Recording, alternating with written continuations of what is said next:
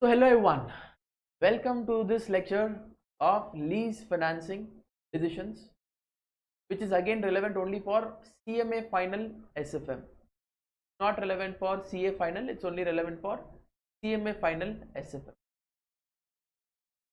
In this chapter we will discuss exhaustively about lease financing.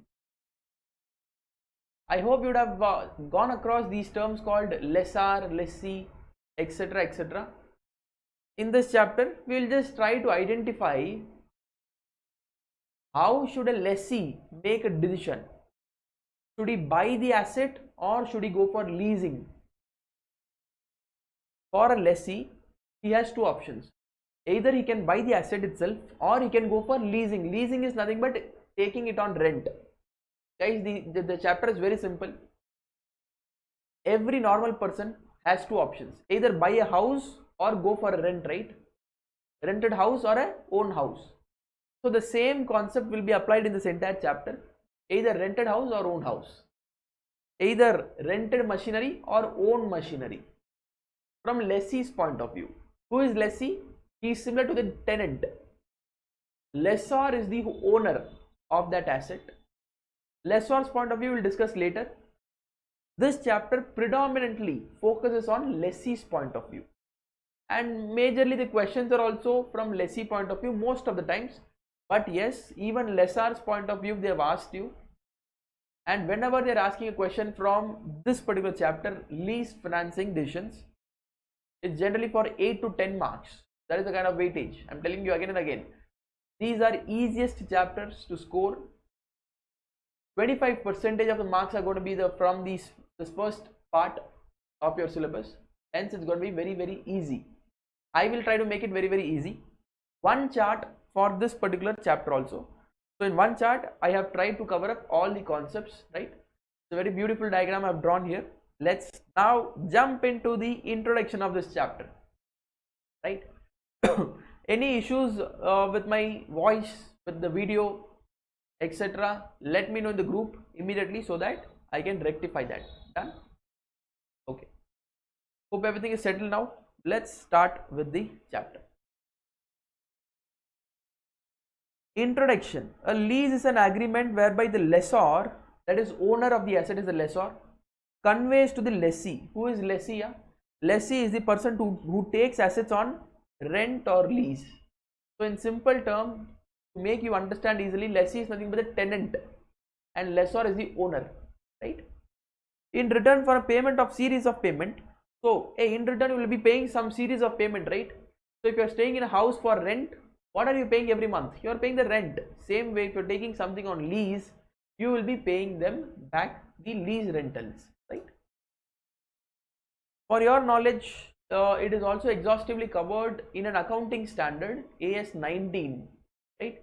AS 19 is also talking about lease, which you would have studied across in your accounts. But nonetheless, assuming you don't know anything about AS 19, I will be starting from the scratch only, don't worry. There is nothing correlation between these two, so don't confuse yourself. Now, two perspectives of this chapter. So in this entire chapter, we can try to understand having two perspectives. The first perspective from the lessor's point of view, the second perspective from the lessee's point of view. Predominantly, this chapter focuses on lessee's point of view.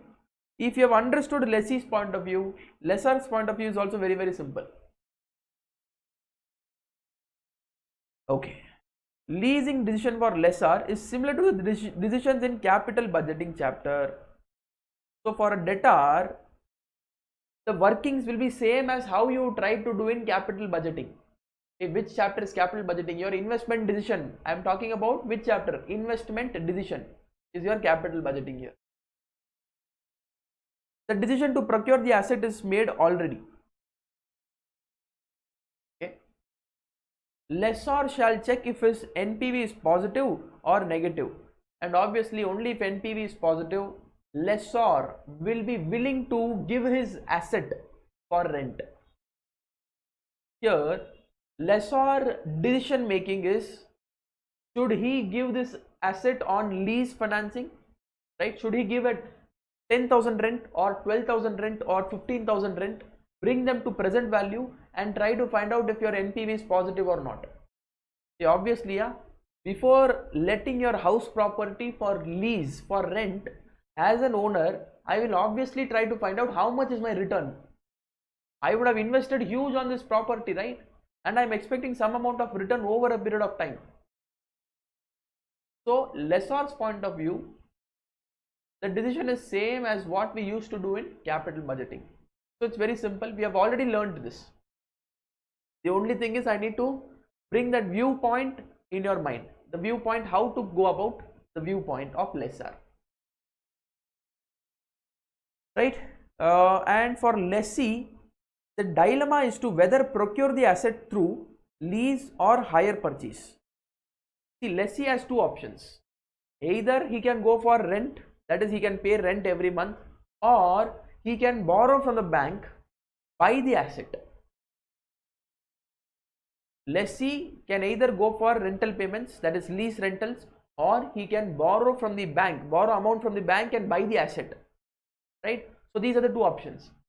And most of the questions we will try to evaluate, should a lessee go for lease financing or should a lessee go for hire purchase?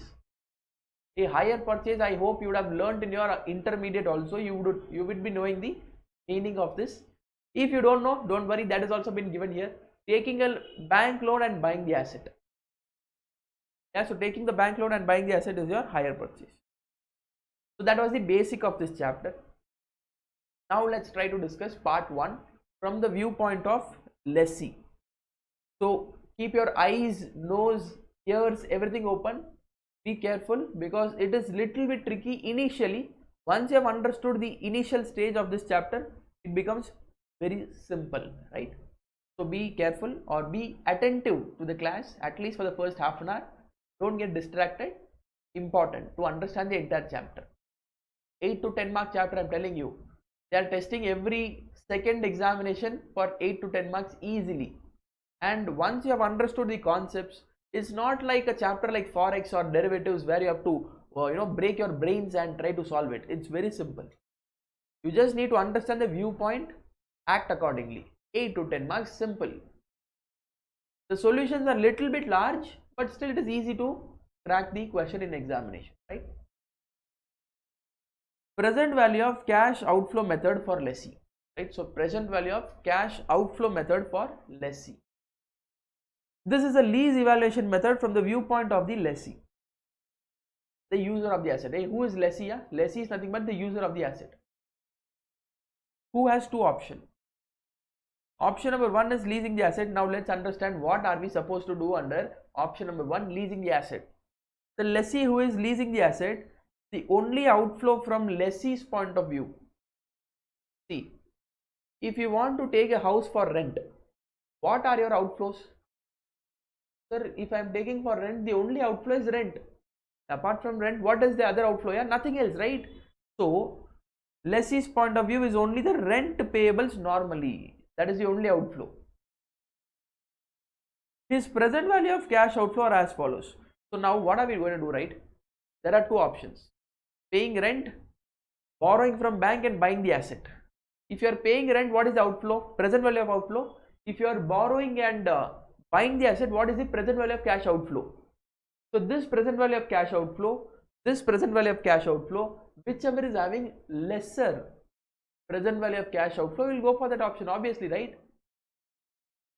See, whenever we are a lessee, it is obvious that there will be cash outflow. There can never be cash inflow. Yeah, I want to buy the asset. Yeah, I'm not doing a business here. It's not a business here. It's only buying the asset either by borrowing from bank or on rent, right? So we have to compute what? Present value of cash outflows, lease rent, net of tax. So obviously we will be calculating after deducting taxes. What is step 1?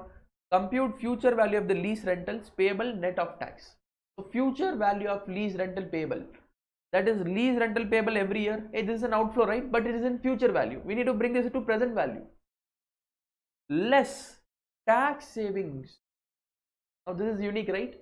Sir, why are we reducing tax savings? For that, let me take you to the P&L presentation. Guys, in P&L, where do we post the rent payables or rent paid? Rent paid is an expense. Do you agree with me? Sir, if it is an expense, it will be debited to P&L account.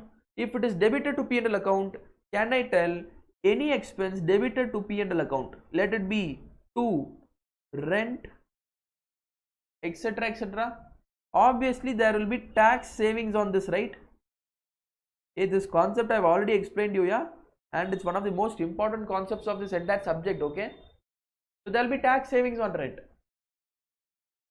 because this, for example, let us say 1 lakh we have debited in P&L. There is sales of, let's say, 5 lakhs, just for an understanding, yeah. Okay, so 5 lakhs, if there was no rent, in that case, sir, I would have paid tax on my entire income of 5 lakhs. Assuming there is no other expense here, yeah, okay, just for simplicity's sake. So I would have paid tax at 30%. 30% also is an assumption. So 5 lakh into 30%, 1,50,000 I would have paid. But since there is rent debited to P&L, what is happening? My profit is not 5 lakh. My profit comes down to 4 lakh. Right? Because 5 lakh minus 1 lakh, 4 lakh. 4 lakh into 30% means only 1,20,000 of tax I will be required to pay instead of 1,50,000. So how much is the tax saved? Sir, tax saved is 30,000, sir. Okay. Can I directly get this 30,000 amount? Yes, you can. 1 lakh into tax percentage is how much? Sir, tax percentage is 30%. So 1 lakh into 30% is nothing but the same 30,000 which you are saving as tax here. I hope you were able to understand this particular. It's a very simple, again and again, a number of times. It's not the first time I'm doing this. Okay. So obviously, if you are going for lease rental, you will also have tax savings. Reduce that because tax savings is an inflow. Lease is an outflow. Outflow minus inflow we are doing, right? That was step 1. Step 2. Bring such future value of lease rentals payable to the present value. Future value of lease rental payable, bring it to the present value. Why are we bringing it to the present value? So that we can compare these two, yeah. What are these two? One is borrowing from bank and buying the asset. Other one is leasing of the asset, that is taking it on rent. Okay. So bring the future value to present value. You all are masters now, right? To bring the future value to present value, right? So into PVIF if it is not an annuity, and if it is an annuity, PVAF. I hope now you don't have any doubts regarding PVIF, PVAF, R percentage, N years, etc., etc. Everything is all clear, right? Still, if you have any doubts, do let me know. Yeah, it's not like I have assumed that you all know it, but if you are still having any doubts, you can always let me know. I will try to solve your doubts. Not an issue at all. Note. What is the note given here? Questions might specify 2 types of percentage. Now in this chapter, there is one huge amount of tricks used by ICI. They will give you multiple percentage. One will be interest percentage, one will be KO, one will be KE. They will give 2-3 percentage. Now you will get confused. By which percentage should you discount? What is your discounting factor? To analyze that itself, it will require a little bit of brain. Yeah, because till now in your entire questions you will have only one percentage, either PVF or discounting factor or KD or KO. So you will obviously know that that is your discounting factor. But here you will have 2 percentages. Hence we need to be careful which rate has to be taken for discounting future value to present value. Yeah, we need to be really careful here. Okay, sir, understood. So that was a very simple method. If you are going for leasing, what is outflow? Sir, lease rental is outflow. What is the inflow? Tax savings on lease rental is an inflow. But this is in the future value. Bring it to the present value. You will get what? Present value of cash outflow for leasing option. There are 2 options. Leasing option alone we have discussed right now. Hire purchase we have not yet discussed. Okay. Okay. So those are two types of percentage you told, no sir. What are those 2 types? One is interest rate. The other one is discount rate. Percentage of interest on the loan taken for hire purchase. Interest rate is useful not for bringing future value to present value. Interest rate is useful because you are going to borrow from bank, right? Bank will charge you interest rate, so you need to pay interest rate for bank purpose, not for bringing future value to present value, which shall be chargeable by bank. This rate is given to compute interest amount for hire purchase option. Hence, do not use this for discounting of future value to present value. Done. So, interest rate is not used for bringing future value to present value. Discount rate is used. Sir, what if in the question there is only 1% and they have given only interest percentage, no discount rate? If only interest percentage is given, what do we consider? Sir, we consider KD. Sir, what is KD? KD equals interest into 1 minus tax. I hope you remember this. Even in capital budgeting chapter, that is your investment decision, we had dealt with this. That is, it was only interest percentage given. In that case, I will take post-tax interest, that is KD, cost of debt. It is cost of debt, cost of equity, cost of preference, etc., etc. Where there in your CMA intermediate. There is one more chapter, corporate valuation. Again, we will learn that. Don't worry. But KD is what we use if we want to bring the future value to present value and not interest percentage. But how do we get KD? Interest into 1 minus tax. This we use only if they have not given any discounting rate, they have only given interest rate in the question. Sir, what if they have given both the rates? In that case, interest rate is used only for hire purchase method, not for bringing to the present value. For present value, we use discount rate. Sir, what is discount rate? Present value factor or discounting factor, KO or KD. KD means what? Interest into 1 minus tax. Or percentage of required return or any other percentage other than interest on bank loan. All these will be considered as discount rate. Are you clear? It's very simple, yeah. I hope I was clear. Just hold on a second. Thank you. I hope my voice is clear, yeah. If there is any issue, you can let me know, or it's all good. So this rate shall be used to for discounting future value to present value. Done. So there are two rates, you have to be careful. Interest rate should not be used for discounting. For discounting, you can use required rate, cost of capital, or KD, or KE, anything, present value factor, discounting factor. All these you can be used. We can use for bringing future value to present value, and not the interest rate of bank. Done. So be very clear here. Second option is purchase or buying of an asset by taking loan. Buying of an asset by taking loan. That is hire purchase, yeah, as simple as that. So computation of present value of cash outflow for buying. Step 1, identify discount rate, interest rate, tax rate. The first step is to identify which one is your discount rate, which one is your interest rate, which one is your tax rate. A tax rate is also given in percentage, right? So percentage of tax rate, percentage of interest rate, percentage of discount rate, 3 percentages are there in the question. You have to identify that first. Done. Second step, identify the cost or value of the asset today.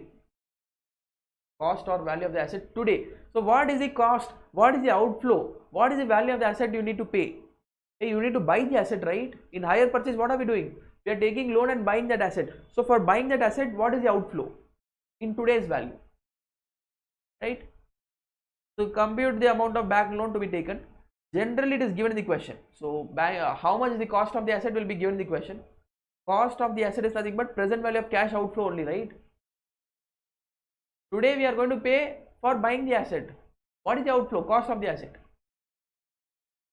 Cost of asset equals annual installment on bank loan. Annual installment on bank loan divided by PVAF. I hope you remember this formula also. We had undergone or considered this formula when we were computing this equivalent annual cost. But nonetheless, I will make you understand. Don't worry again. It will be there in the question. So when solving the question, we will be able to understand this again. Don't worry. Now, third step. So first step, identify discount, interest, tax percentage. Second step, what is the cost of the asset? Cost of the asset will be the cash outflow. Third step, identify amount of bank installment. Bank installment you need to identify because see, today we are going to get bank loan, right? And we are going to pay for the cost of the asset. Are we paying anything out of our pocket? No. We are not paying anything out of our pocket. We just took it from the bank and paid for buying the asset. Our outflow was nil today, right? Our outflow is when we pay back installment to the bank. What is installment? Principal plus interest. So principal plus interest is your installment. This is our outflow. It's not the cost of the asset. Installment will be our outflow, and installment will happen every year on year, right? So we need to bring them to the present value. Cost of the asset into PVAF, interest percentage comma n years, equals annual installment on bank loan. Sir, this formula and this formula both are same only, okay? Both are same. The only thing is I have brought this to opposite side. Cost of asset into PVAF will give you annual installment on bank loan. We discount using interest percentage and not discount factor, as we need to find out annual installment. Okay, here PVAF of interest percentage and not discounting factor percentage. We will use interest percentage. Why? Because this is for computing annual installment. Who will compute annual installment? We or the bank? Bank will compute installment, right? Bank will compute installment and tell us that this is your installment. So installment we are not computing, and when bank computes, it will obviously require which percentage? It will require interest percentage. So discount using interest percentage here. Discount using interest percentage, not the discounting factor. So this is what I told you, you have to be very careful. Sorry. With the help of this working note, here opening outstanding, I think there is some okay, all good only, not an issue. So here opening outstanding will be the cost of asset. A cost of asset is nothing but the loan taken from the bank, right? That will be outstanding, right? Installment payment, we will pay installment. We will calculate interest. We will bifurcate this installment into interest and principal. Are you able to understand? We will bifurcate this installment into interest and principal. Opening outstanding minus principal will give you closing outstanding. Opening outstanding minus principal, which you have repaid, will give you closing outstanding. This you will understand more better only when we are discussing a question. So you just need to wait a little bit. We will be discussing a question soon. In step 3, we have calculated interest amount. Such interest amount is debited to P&L. Interest amount is debited to P&L. A principal amount is debited where? Okay, can you all tell me? Can anyone tell me? Where is principal amount debited? Interest amount is debited to P&L account. Where is principal amount debited? To which account? To which ledger do we debit principal amount? If you are not knowing, do let me know that you don't know, so that I can proceed. Okay, where will principal amount be debited? And interest amount which is debited to P&L will obviously have tax savings, right? Step 5. Step 5, computation of depreciation. Okay, so till now what we have done here? First thing, we borrowed from bank, we bought the asset. Our outflow was nil. Our only outflow is installment every year, right? Installment every year. Loan account, absolutely right. Absolutely right. It is going to be on the loan account. Where will loan account be? It will be on the liability side. So liability side, any expense will not have any tax savings. Okay, and superb, I am proud of you. Now, so only on interest amount will have tax savings, not on the principal amount. First thing. Second thing is, now we have bought the asset, we are the owners. Once we have bought the asset, can I tell it will be shown under the asset side? For example, one asset we have bought for 10 lakhs. How did we buy for 10 lakhs? By borrowing from bank, right? So what will be the entry? Sir, entry will be asset account debit to asset account debit to loan account, loan liability account. Okay, loan is a liability, right? So both it will be 10 lakhs, 10 lakhs. Now asset is showing 10 lakhs. Obviously there will be depreciation also, right? If we are going to buy machinery for our business, we are not buying any land here. If it is land, then we don't have depreciation. But if we are buying machinery, we are buying any other fixed asset for our factory, we are buying any building also, all of that will have depreciation. This depreciation, that is from asset, it will go to P&L every year. P&L every year we will debit some depreciation, right? On this depreciation also we will have tax saving. Depreciation is not an outflow. We don't pay anything to depreciation, but because this depreciation is debited to P&L, we have what? We have tax savings on this depreciation. Done. So that is very important. That is what I have given you here, computation of depreciation. Questions shall specify if the depreciation is SLM or WDV. Yeah, obviously, yeah, depreciation also depends based on your SLM method or WDV method, based on which compute depreciation for all the years. Depreciation for SLM, cost of asset minus salvage value divided by life of asset. You are all masters of SLM method. Yeah, I need not teach you all this, right? I hope you are masters. Depreciation for WDV, cost of asset into WDV depreciation percentage given. Very simple, yeah. Depreciation which is debited to P&L shall have tax savings on it. So till now, outflow, total installment is the outflow. It's not only principal or interest, both are our outflow only. Principal plus interest, both are our outflow. We are going to repay installment every year to the bank.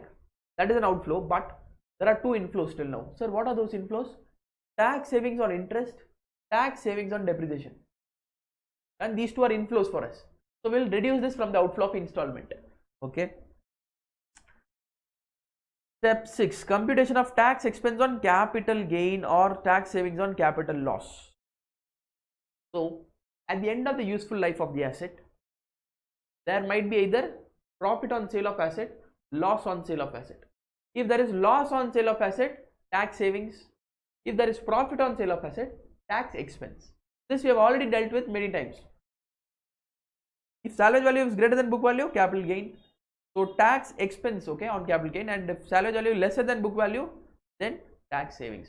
Now do this working only if it is specifying in the question that compute capital gain.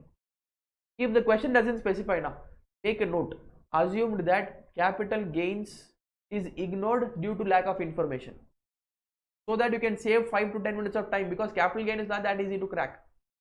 It's easy, but still you will save at least 2 to 5 minutes just by writing a note. If they have not given anything in the question, sir, if in the question itself they gave us compute capital gain, tax saving or tax loss, then in that case you have to consider. And if it is WDV method and they have given you scrap value, if it is WDV method and they have given you scrap value, then obviously we will have either capital loss or capital gain, then also you have to do. So WDV method, be careful, capital loss or gain will be there. Computation of total savings on interest and depreciation. Total savings on interest and depreciation, you have to compute. Calculate cash outflow after tax. So what will be the cash outflow? Yeah, sir, installment is a cash outflow plus salvage value only in last year. Salvage value is a cash inflow, right? I think I should have deducted that. Yeah, I made a mistake here. So salvage value is not a cash outflow, it's an inflow. I made a mistake over there. Minus tax savings per annum inflows plus tax expense on capital gains only the last year. And this tax savings per annum is what we have computed in step 7. Totally how many steps are there? One more step, calculate discounted cash outflow after tax. So now after computing this step 8, cash outflows after tax, discount them. Discount them not using interest rate. Discount them using present value factor or discounting factor. Interest rate is used only here. I'll show you where is it used. Sir, interest rate is used only for this working. Only for this working we use what? Interest rate. To compute annual installment, we use interest rate. Nowhere else do we use interest rate, okay? Please be careful there also. These were the 9 steps. Conclusion, option 1 versus option 2, whichever is having lower present value of cash outflows will be chosen. Here we are not bothered about NPV, yeah? Both of the options will have outflow only. So whichever is having lesser outflow, we will go for that option. That this was the major part of this conceptual understanding. Once you have understood this, now let's go for the question, because questions there might be probably 4 to 5 questions also out of them. Okay. Net advantage of leasing, I'll come back later. IRR technique, I'll come back later. The only thing is, I think I had to see Okay, we can discuss the questions here. So let me take you through. In fact, instead of question number 1, I want to start with question number 2. Totally I have taken 9 questions in this chapter. Try to discuss all the questions. Let's see. I am not taking question 1 because that is little bit more complicated than question 2. Let's solve question 2 first, then we'll go to question 1. Now XYZ Limited requires an equipment costing how much? 10 lakhs. So equipment is costing how much? Sir, 10 lakh rupees. So how much of bank loan you have to take? Sir, 10 lakh rupees. Okay. Same will be utilized for a period of 5 years. It has 2 financing options in this regard. 2 financing options in this regard. Arrangement of a loan of rupees 10 lakhs. Interest rate is 13%. Very, very important. Interest rate they have given as 13%. Loan of how much you will have to take? 10 lakhs. The loan being repayable in 5 equal years and installments. So 5 equal installments, 5 years you have to repay them. Equipment can be sold at the end of 5th year for 1 lakh. So this is the salvage value inflow. This is okay, inflow. I think I will just make a note here because I made a mistake in my nano book regarding this. Let me highlight it here so that later I can come back and revisit. Okay, very important for me to rectify smallest of the mistakes also, so that I can also provide you final version of this particular. Okay, done. If I can rectify this, that's better. Okay, thank you.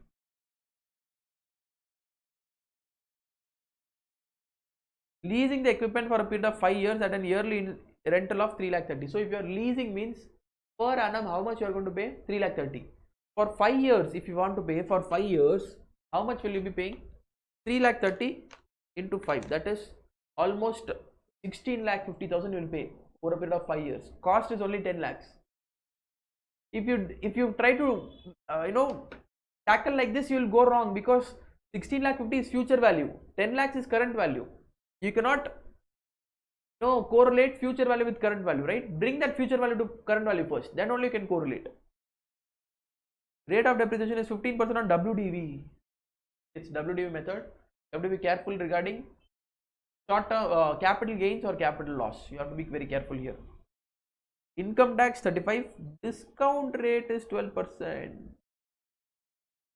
Discount rate is how much? 12%. So be careful here also. Otherwise, which of the financing options should XYZ Limited exercise and why? Let me open the solution sheet. Solution number 1 is financing. Sorry, 2, not 1. Solution number 2, discount rate is 12%, interest rate is 13%, tax rate is 35%, depreciation rate is 15%. So 4 percentages are there in this question. You have to be very careful. The only crux is to sort out where will you discount with 12, where will you discount with 13. That is only crux. Rest of everything is simple. First, let me discuss with you the working notes. Okay, working notes. Calculation of annual payment. You need to calculate how much is the annual installment you need to pay to the bank. Now, for a moment, think from the bank's point of view. Bank is going to give you 10 lakh. I am the bank, you are the lessee. I am going to give you how much? 10 lakh rupees loan. You will repay me in how many years? 5 years. In 5 installments. If you are repaying me in 5 years, I am expecting how much of interest rate? Sir, bank is expecting 13%. Now using 13% and for 10 lakh, I need to calculate what? Installment amount. So let's understand how are we going to calculate installment amount. That is 10 lakhs equals X into PVAF of 13% comma 5 years. Okay, installment is equal installment, right? They have given in the question itself equal installment. So into 3.51723, installment is coming to roughly around 2,84,315 rupees. 2,84,315 is the installment amount. Let's try to understand this now. Opening outstanding as on the today will be 10 lakhs. Year 1, how much of installment you are going to pay? Sir, every year we are paying the same installment only because it's equal installment, right? 2,84,000, 2,84,000, 2,84,000, 2,84,000, 2,84,000. 10 lakhs into 13%. How much is that? So 10 lakhs into 13% is 1 lakh 30. So can I tell 1 lakh 30 will be the interest for first year? You have taken loan of 10 lakhs, 13% you have to pay as interest. 1 lakh 30 you have to pay as interest. Remaining amount will be what? The remaining amount will be principal. Remaining amount will be principal. So closing outstanding will be 10 lakhs minus this principal amount of 1 lakh 54. That will be the closing outstanding. This all is very basic, yeah, but still nonetheless I am trying to explain you in detail so that you don't get confused here. I know it's all basic, you already know, right? Because SFM is a subject where you just need to understand the concept. Working of these problems are very simple. Conceptual understanding should be there to work out problems. If you're not having conceptual understanding, straight away going to work the problems, you will find it really difficult, right? You need to understand the concepts. Why are we doing what and when? 8 lakh 45 will now become the opening balance. On this 8 lakh 45, 685 into 13%. How much is that? Sir, 8 lakh 45, 685 into 0.13. 1 lakh 9,939. Exactly, it is matching. Okay. So 8 lakh 45, 2 lakh 84 minus 1 lakh 9,939 will give you the principal amount. 8 lakh 45 minus principal amount will give you closing balance. This keeps on going, yeah, for 5 years. And if you see at the end of 5th year, it will become 0. Obviously, a loan will also come to an end, right?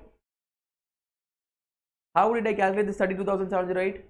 2,51,603, 2,51,603, 2,51,603 multiply by 13%.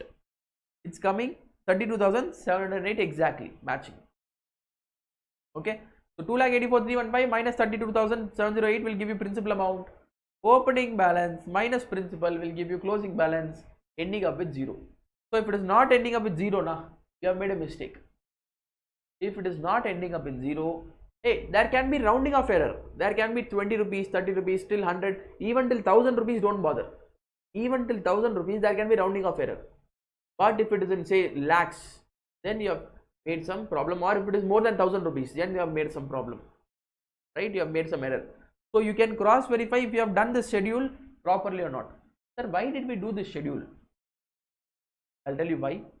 This schedule was very important for you to calculate interest.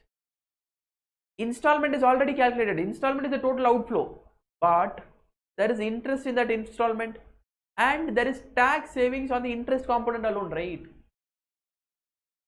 That is why finding out interest every year becomes very important. Now what you have to do? You have to compute tax savings on interest. But wait, first let's compute depreciation also, because both interest and depreciation are having tax savings of how much? The tax percentage is 35%.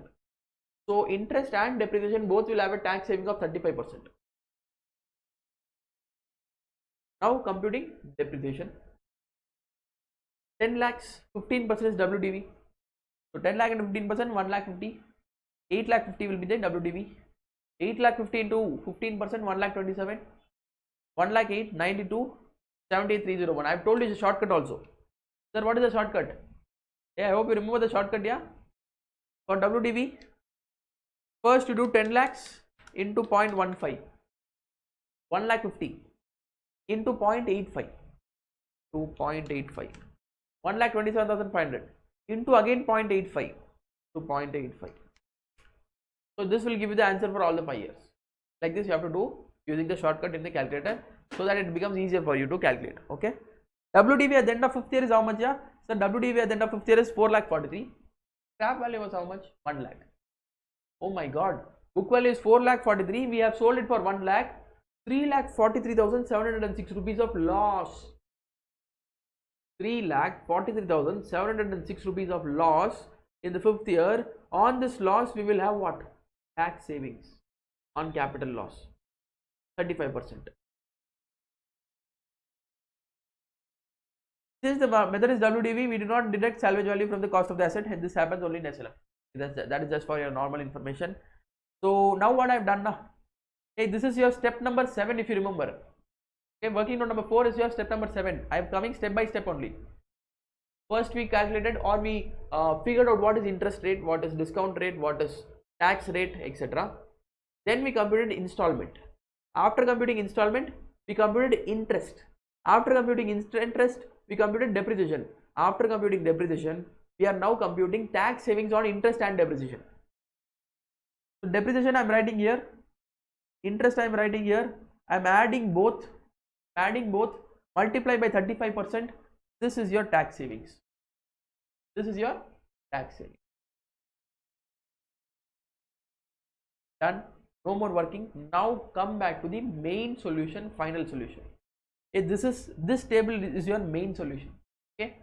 So the entire workings sorted or cut short, or sorry, not cut short, presented in one table, right? So your outflow is 2,84,000, 2,84,000, 2,84,000, 2,84,000, 2,84,000. Every year we had the same outflow of installment, but inflow was not the same. Sir, inflow was 98,000 in first year, 83,000 second year, 68, 52, 53 and 38. So this you will have to deduct it here, right? What are they? They are nothing but tax savings on interest and depreciation. Okay. But in the last year, okay, present value of salvage is 1 lakh. This 1 lakh is an inflow, right? At the end of the 5th year, we are going to sell the asset and get how much? 1 lakh. That is also an inflow. 1 lakh is also an inflow. And I think I have not considered, okay, I have not considered tax on sale of asset. That is, I have not considered tax savings on capital loss. I have not considered this. Just written a note. I told you already, write a note. But I would have recommended you to compute tax, sale, or just write an alternative view. Alternatively, if we had considered tax on sale of fixed asset, the answer would have been different. More than sufficient. You will definitely get full marks. Don't worry. Okay?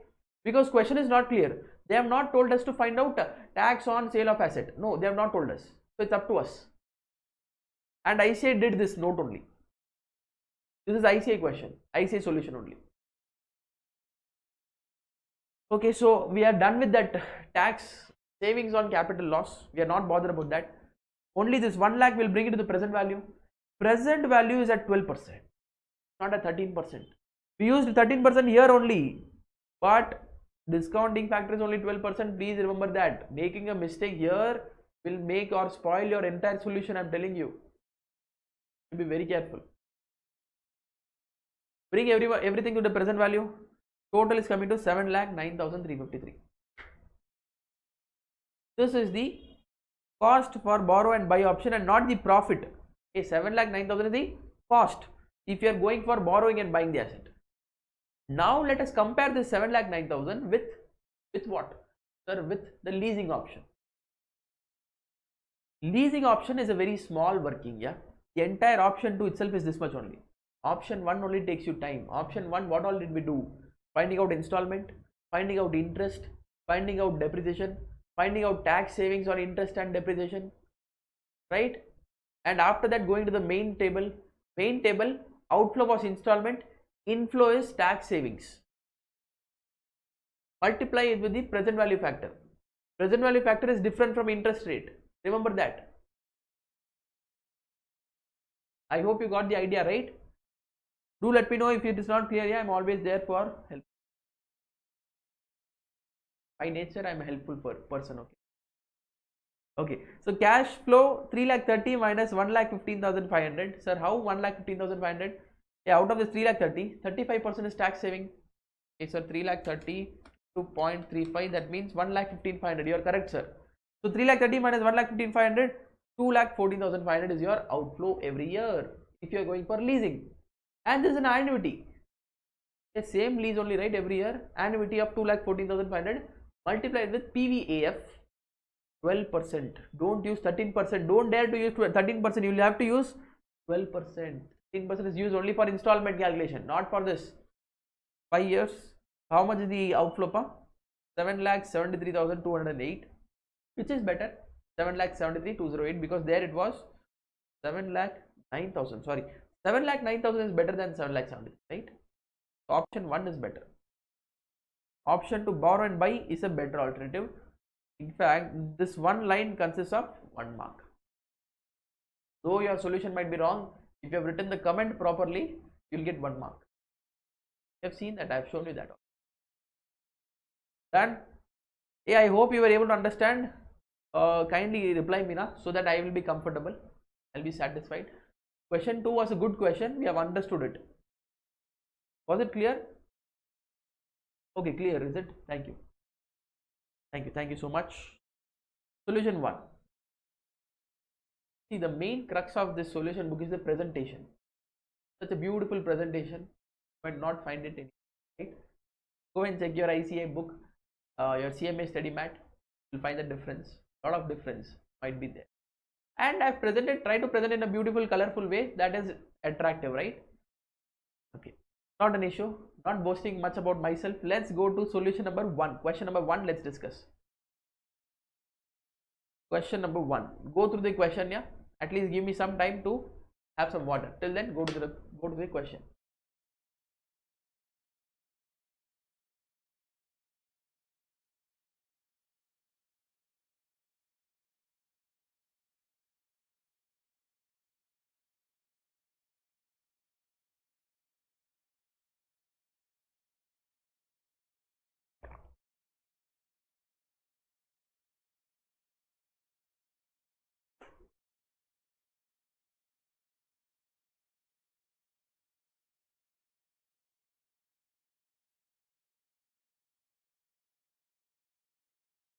Okay, thank you. So I hope you would have gone through the question. Planning of installing power saving machine, considering buying or leasing. Similar type of question only. Machine is subject to SLM. Thank God. Because in SLM now, generally you will not have tax savings on capital loss or capital gain will not be there.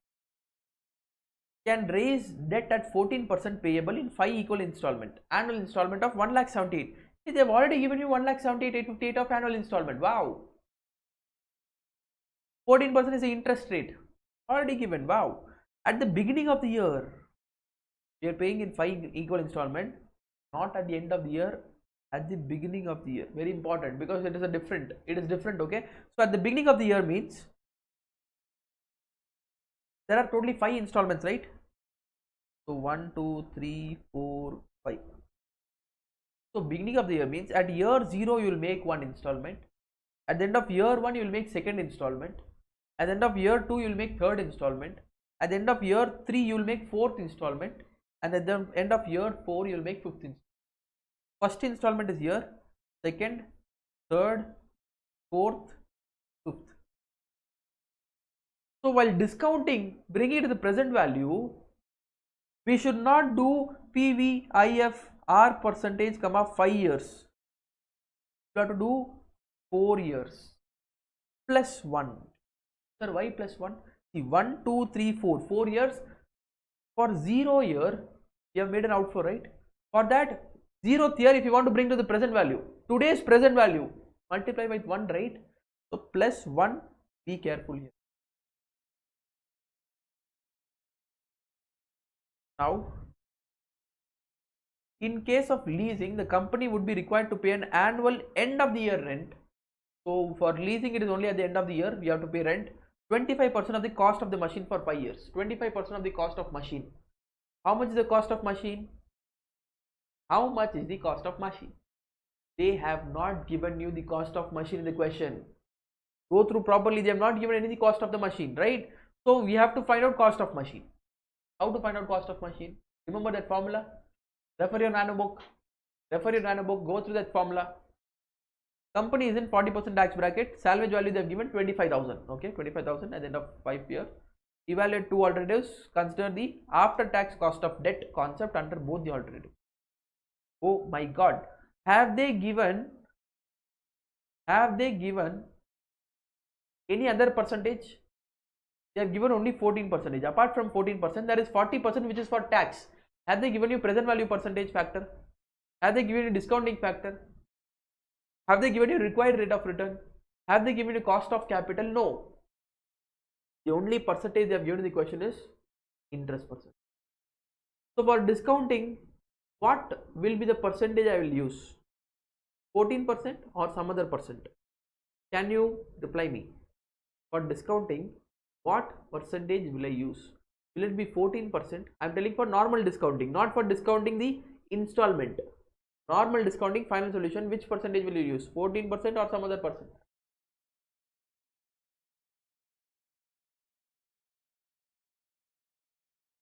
Let's discuss the solution. Till then, I am waiting for your reply. Okay. So number one, working on number one. First thing first, we want the cost of machine, right? We want the cost of machine first. We know these are the installments, and these installments are providing 14% return. So discount this with 14% to get the present value. The present value will be the cost of asset, right? We are going to buy the asset today, so this is the present value. Present value is how much? It is coming to 7 lakh. It is coming to 7 lakh rupees, which is going to be the cost of asset. So DF at 14%, we are discounting it and getting the cost of the asset. Calculating depreciation, 7 lakhs is the cost of the asset minus 25. So without cost of asset, you cannot even calculate depreciation. Are you able to understand? So cost of asset becomes very, very important. There is one more alternative formula, yeah, I can tell you that also. If you want cost of asset equals installment divided by PVAF 14%, comma,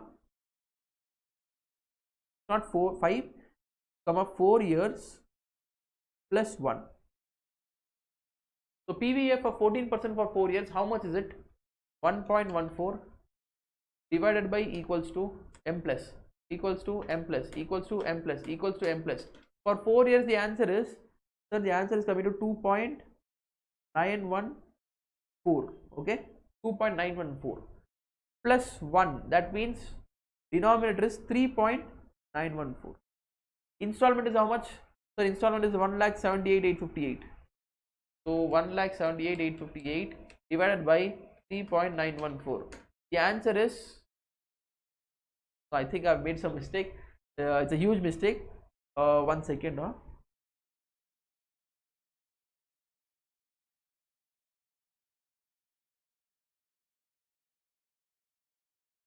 need to refer the chart once. So some mistake I've made. Unable to. Annual installment divided by PVAF interest percentage, comma, n years, right?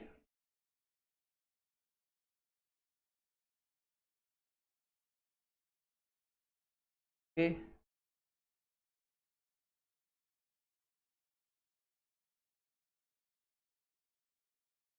I think it should have been 1,78,858 multiplied by 3.914. Yeah, it should have been multiplied by okay, I think I have made a mistake in the formula itself here, is it?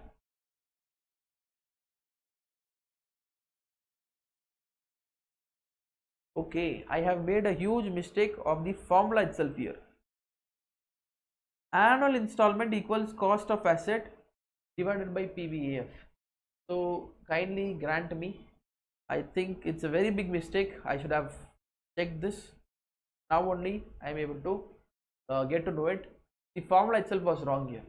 Okay, I've mentioned the wrong formula. It is annual installment equals cost of asset divided by PVAF, right? So this annual installment should be there in the left hand side, cost of asset should be there in the right hand side, the numerator. I don't know how this kind of a mistake happened, but nonetheless, thank God we have discussed this in the lecture.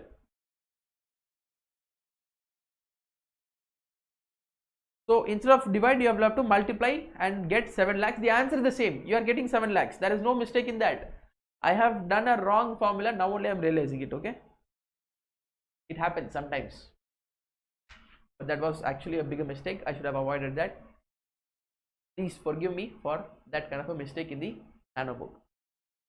Calculation of depreciation: 7 lakh minus 25,000 divided by 5, 1,35,000 is your depreciation. Again, you are just doing opening outstanding installment payment. See, first installment is paid at year 0 itself.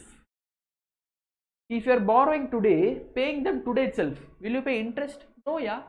For 0 days, there will be no interest first of all. So interest will be 0 here. But be very careful, this is the most important point. Installment 1,78,000, principal will be the entire 1,78,858, closing outstanding. Now on this outstanding, we will calculate interest at 14% for 1 year, right?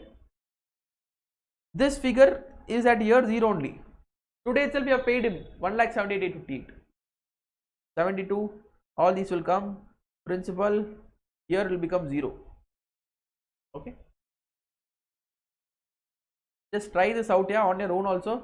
Try to go through, try to use your calculators. Don't be sitting idle. If you are sitting idle, you are doing a big mistake here. Use your calculators, at least try to do something from your side. Don't expect everything to be from my side, right? Okay. So we computed interest, we computed depreciation. Depreciation will be the same for all the 5 years, it is SLM. Interest plus depreciation for year 0 to year 5. Sir, why year 5? Because year 5 you might not have interest, but you are having depreciation, right? That is why I had taken question number 2 first before question number 1. Here you are having depreciation, here you do not have interest. Be careful here. This is the total. On this total, you will have tax savings of 40%. You will have tax savings of 40%. Sir, what about discounting factor? They have not given any discounting factor, neither present value factor. You will use KD. This is what I asked you, right? You didn't reply me. No one replied me. So KD equals 14% into 1 minus tax. 14 into 1 minus 0.4. That means 8.40%. This is your present value factor. This is what you will have to discount using 8.4 post tax KD. And okay, now let us go to the main solution. 1,78,95. This we have computed in working note number 4. So working note number 4, right? Yeah, working note number 4. From here we have taken straight away, and these figures it is already given in the question. Installment is an outflow, right? Minus the tax savings. Okay, finally we have discounted using 8.4. Most important point, if you have used 14%, your entire solution is gone wrong. But we use 14% here, right? So be very careful, because here we are finding out what? Here we are finding out installment in working note number 1. But in the main solution we are not finding out installment, we are finding out present value. 4,69,929 is the total present value of cash outflow if you are going for borrow and buy. See, once borrow and buy is done, right? Second option is very, very simple. Leasing, it doesn't have much of the content. Lease rental will be how much? They have told that 25% of the cost. Cost we have computed in working note number 1, 7 lakhs. 7 lakhs into 25%, 1,75,000 you have to pay for 5 years. On this 1,75,000, can I tell you will have tax savings of 70,000. So net outflow is how much? 1,05,000 every year for the next 5 years. 1,05,000, 1,05,000, 1,05,000, 1,05,000 and 1,05,000. Discounted with 8.4. Outflow is 4,14,000. Which is better? Sir, leasing is better any day. 4,14,000 is less than 4,69,000. Done. I hope you have understood this point. Comparison of leasing versus borrow and buy.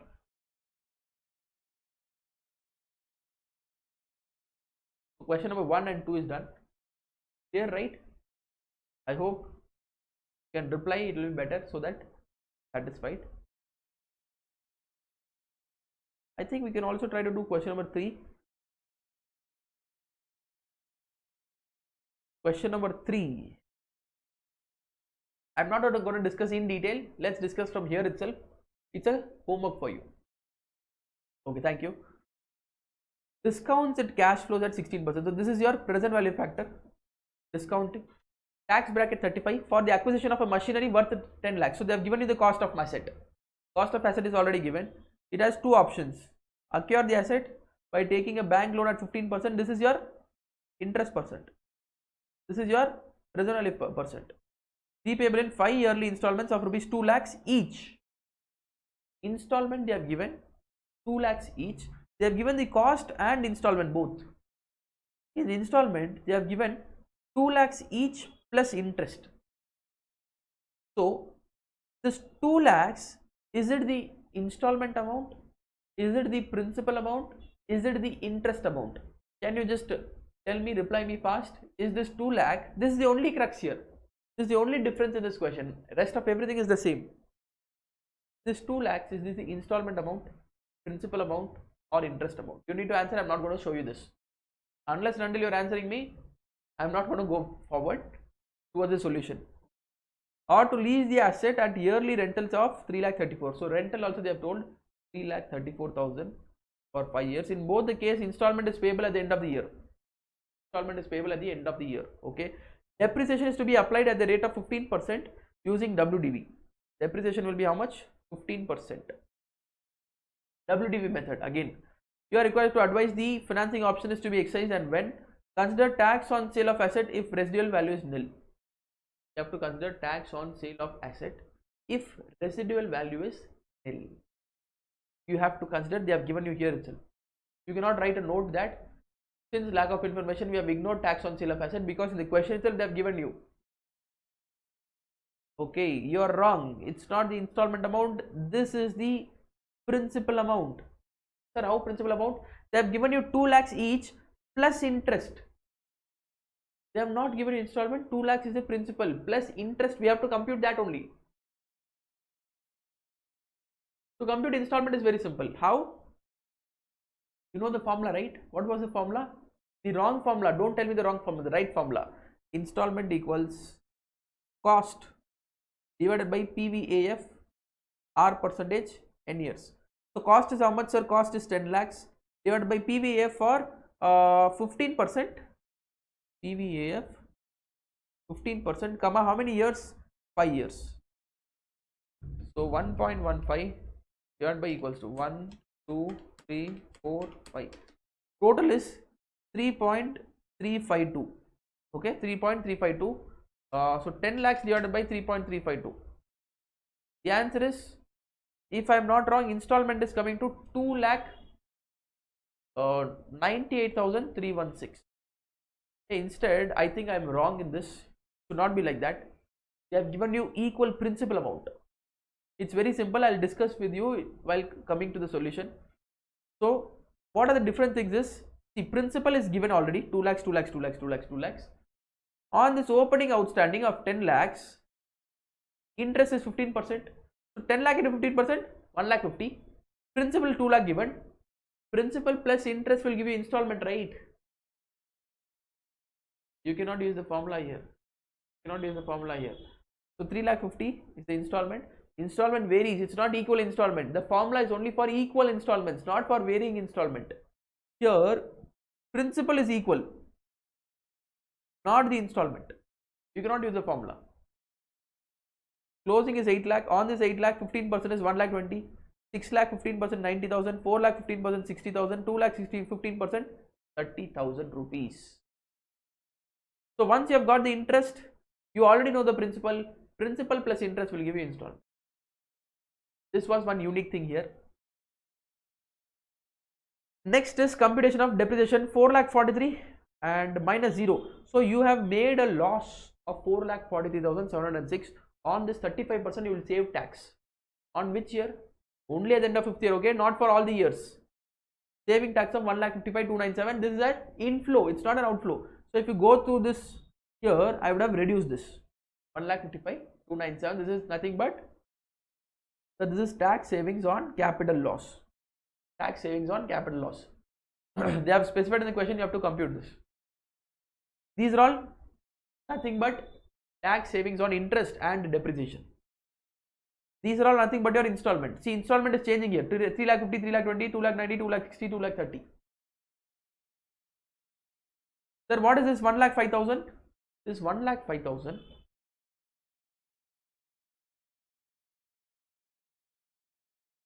Yeah. So this 1,05,000 is nothing but year 1, right? It's year 1. Sorry, extremely sorry. Where is that question? Yeah, year 1 order tax savings on interest and depreciation. Very simple, right? Okay. So same way you will have to compute for second option. I hope this was also good. If any doubts, do let me know so that I will stop it. Okay. 3,34,000 they have given. Into 35% will be the tax savings. So outflow will be 3,34,000 minus 1,69,900 into 16%. Here you will lose 16%. But if you go for this table, you will use 15%. Here again you will use 16%. This is what is the main thing of these questions of leasing, right? So 3 questions done.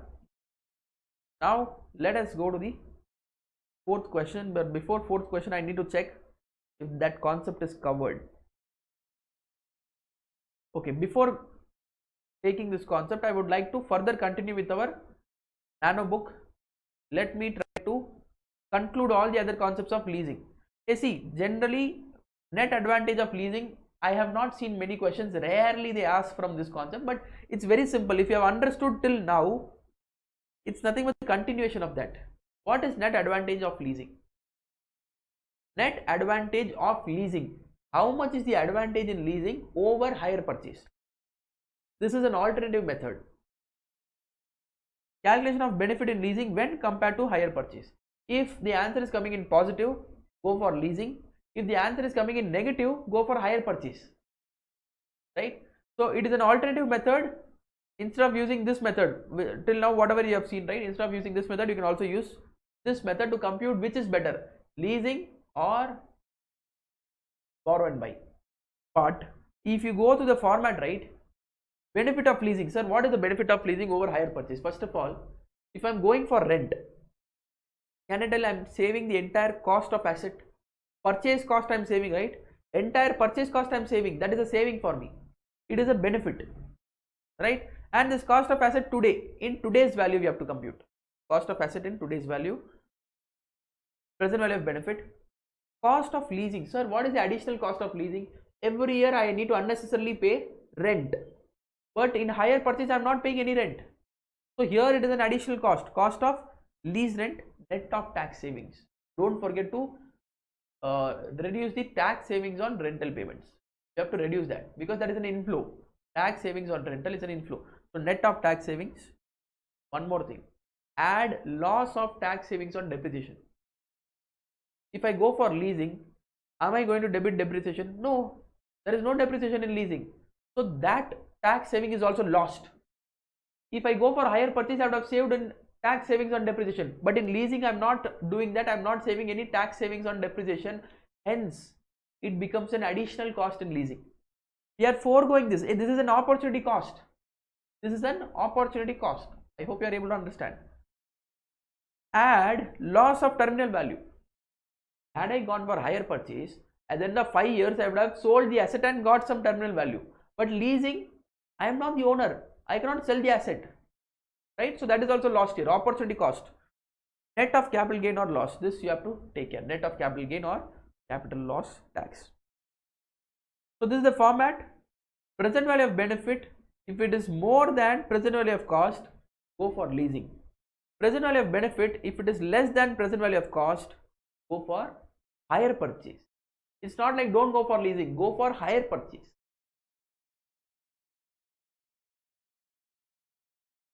So this is an alternative method. There is one question in your CMM study mat where they have asked you to find out net advantage of leasing, NAL. So there you can use this format. Nothing but only using the format. Did you understand? I just want one confirmation. Did you understand why are we adding loss of tax savings on depreciation? Because this is not available in leasing. Opportunity cost. Had I gone for hire purchase, I would have got this one. That is why I am adding as a cost. This is an extra cost in leasing. Same way, this is also an extra cost, right? So all these costs we have to bring it to the present value. Don't forget to bring it to the present value. They are comparing present value of benefit, present value of cost, right? If NAL positive, choose leasing. NAL negative, choose hire purchase. Next kind of concept is your IRR technique. Sir, what is IRR technique? Internal rate of return. You already know what is internal rate of return of lease option from the viewpoint of lessee or user of asset. Computation of IRR, effective cost of leasing for lessee. Present value of benefit should be equal to present value of cost. So at what point my present value of benefit is equal to present value of cost? That point is IRR. That point is IRR. So cost of asset is already in present value only, right? This should be equal to payments of lease rental, tax, savings on depreciation, loss of terminal value. So it's nothing but the same thing which we have done here. The only thing is we are equating this equals this. We are equating this A equals B. We are not doing minus. A equals B. We should find out the discounting factor at which A equals B. Here this discounted is there, right? This discounted. This discounting factor only we are finding out in IRR, such that there is no difference between leasing or hire purchase. Both will be the same at this discounting factor of IRR, internal rate of return.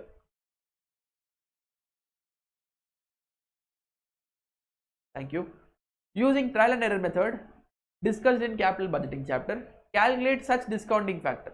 See, once you have got this cost right, we will have to use trial and error method, bring it to the present value such that it is equal to cost of asset. Say at 12% we discounted, cost of asset is 10 lakhs. Okay, at 12% discounting we got the answer as let's say the cost came to 15 lakhs. Okay, and then we increase the rate. We increase from 12% to 15%. At 15%, the present value of cost exactly came to 10 lakhs. It might also be more than 10 lakhs, right? As you all know, higher the discounting factor, lower will be your NPV. Lower will be your present value. Higher the discounting factor, lower will be your present value. That is why if I increase this discounting factor, my present value will decrease. My present value will decrease. Sir, what if this is coming to 8 lakhs? If it is 8 lakhs, then I hope you remember the timeline method. So 15 lakhs at 12%, 8 lakhs at 15%. Sir, I want that percentage at which it becomes 10 lakhs. This model timeline method we have seen n number of times, not taking it now. Okay, so this is how you compute what? IRR, internal rate of return, for lessee point of view. There is separate IRR for lessor point of view. I'll show you there. Okay,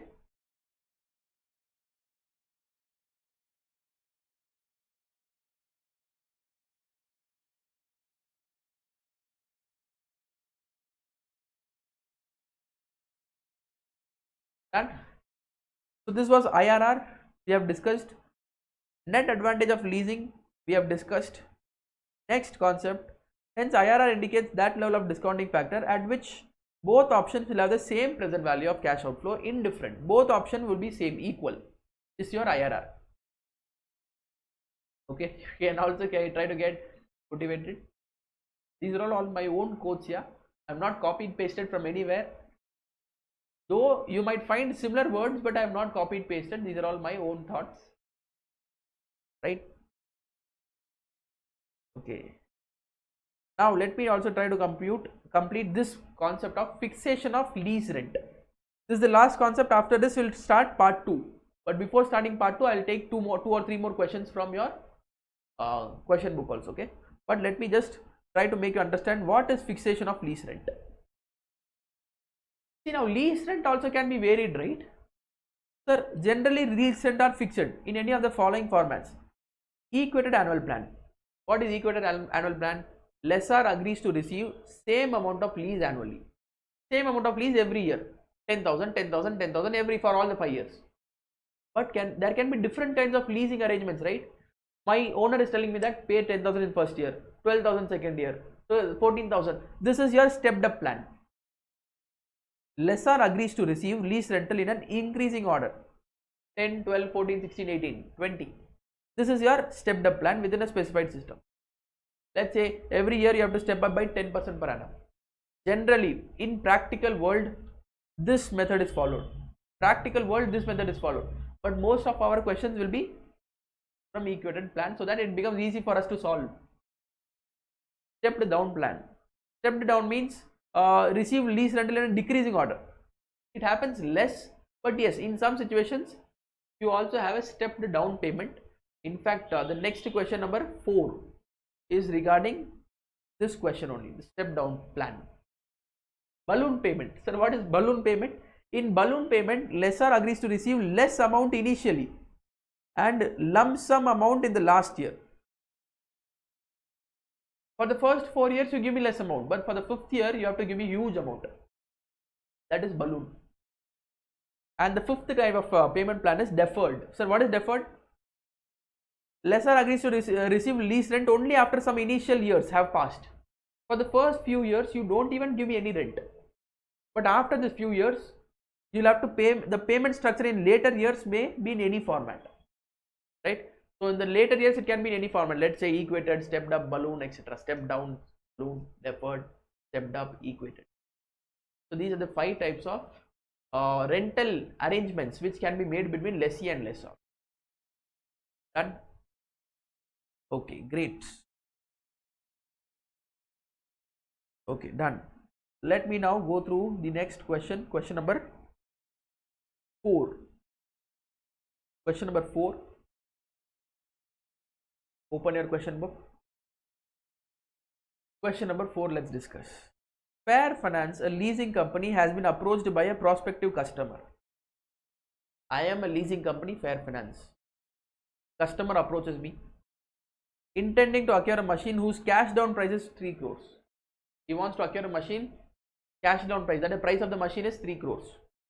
Customer, in order to leverage his tax position, has requested a quote for 3-year lease with lease rental payable at the end of each year. So he wants to get a machine on rent from us. We are Fair Finance, a leasing company, but in a diminishing manner such that they are in the ratio of 3:2:1. He wants to pay the rent not equally, not in equal amounts, but in stepped down. This is stepped down, right? 3:2:1. This is not stepped up, stepped down payment. Okay, step down payment of lease rental. Depreciation can be assumed to be straight line, and Fair Finance marginal tax rate is 35%. So tax rate is how much? 35%. Target rate of return for Fair Finance on the transaction is 10%. Target rate of return for Fair Finance on the transaction is how much? 10%. Required, calculate the lease rental to be quoted for the lease for 3 years. Calculate the lease rental to be quoted. You have to find out lease rental. How much should you quote such that you are able to get a rate of return, that is a discounting factor of 10%. Your expected required rate of return is how much? 10%. You have to quote lease such that you are able to earn 10% in such a manner that lease rental is 3:2:1. Tricky, right? And it is very helpful even in your practical life. You all are doing this. You want to say let's earn 20%, and that tenant is telling that he will pay 3:2:1 or 1:2:3. You want to calculate how much should you keep the rent such that you are able to get 10%. Don't you think this is the same kind of a problem? Practically it is relevant. Let us try to understand how are we going to calculate lease rental, right? Question number 4. So 4 is this one. So if property is given on lease, the amount of lease expected will be cost of asset minus tax savings on depreciation. First, let us think from the lessor point of view. Don't think from lessee point of view. Think from lessor point of view. For me, I have paid how much to buy the asset? Cost of asset. That is an outflow. But I will also get inflow in the form of tax saving on the depreciation every year, right? Because I am lessor. Lessor will have tax savings on depreciation every year. That is an inflow for me. Every year I have that inflow. So I will have to compute my net outflow. Net outflow. So net outflow will be, let's say 3 crore is the today's outflow. 1 crore, 1 crore, 1 crore. Sir, what is this 1 crore, 1 crore, 1 crore? Straight line method. Zero salvage value. Per annum, how much will be the depreciation? 1 crore. So 35 lakhs, 35 lakhs, 35 lakhs I am saving every year. Bring them to the present value. Bring them to the present value. So present value net outflow is not 3 crores. Present value net outflow is only 2 crore 12 lakhs 99,000. Are you able to understand? 3 crores you paid to buy that asset, yeah, but every year you are getting tax benefit, right, because of buying this asset. That tax benefit, if I am bringing the present value, this is the amount, and eventually my net outflow is not 3 crores, my net outflow is only 2 crore 12 lakh 99,000. So how much will I want to recover here? I will want to recover this 2 crore 12,000 99,000 over a period of 3 years, such that it is giving me 10% return. I know it is a little bit complicated, but let's see the solution, it will be more clear. Computation of lease X. How are we going to compute lease X? If the normal annual lease rental per annum is X, then cash flow will be, see, first year 3X, second year 2X, third year 1X. We have to compute lease rental only, right? So we have substituted lease rental as X. We have substituted lease rental as X. Into 1 minus 0.35, 1 minus 0.35, 1 minus 0.35. Sir, why are we doing this? Because lease rental also is after tax only, right?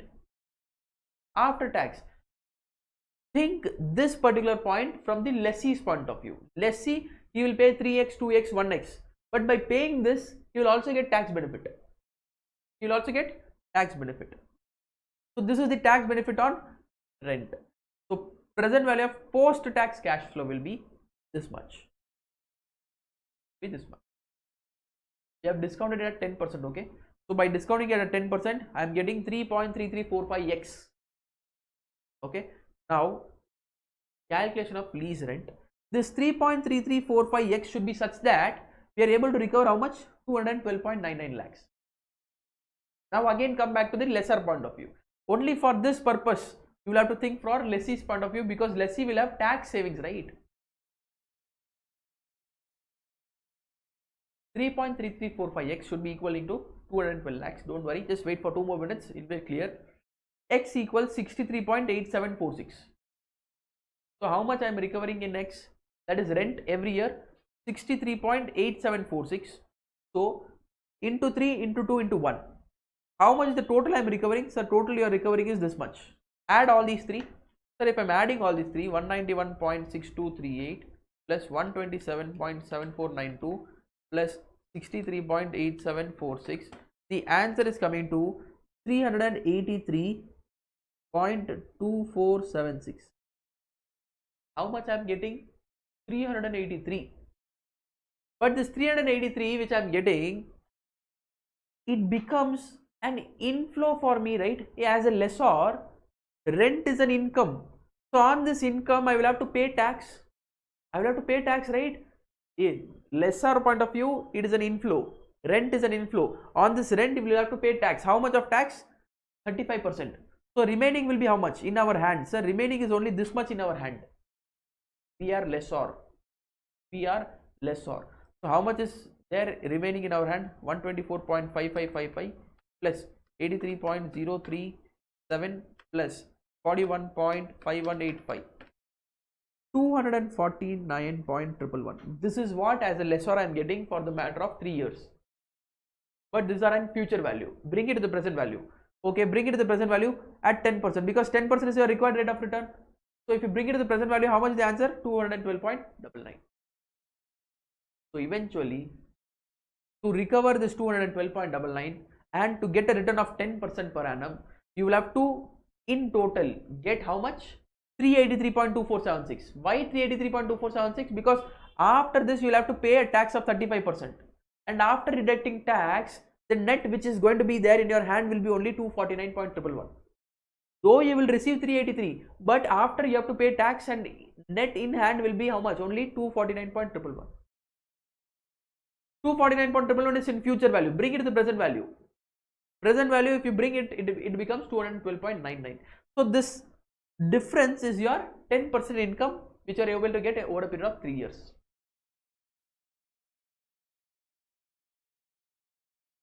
I hope it was easy. It is little bit tricky, I understand. But okay, you have to think from the viewpoint of lessor, not lessee. Lessor, lessor.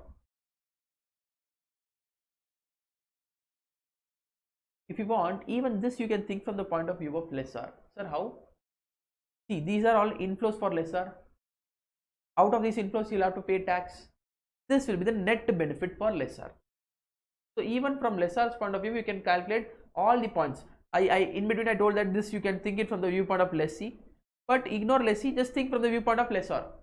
Lessor, after receiving lease, he will have to pay tax. So that tax only we are deducting here.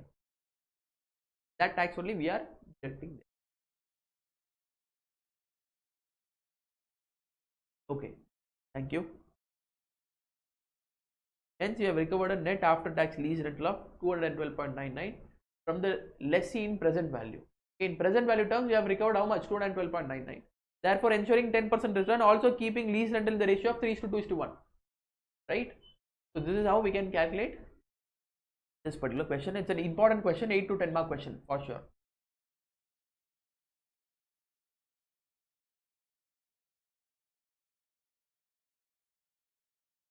Let's now go for question number 5.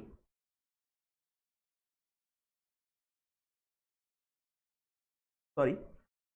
Okay, I will first discuss the concepts from lessor's point of view, which are here.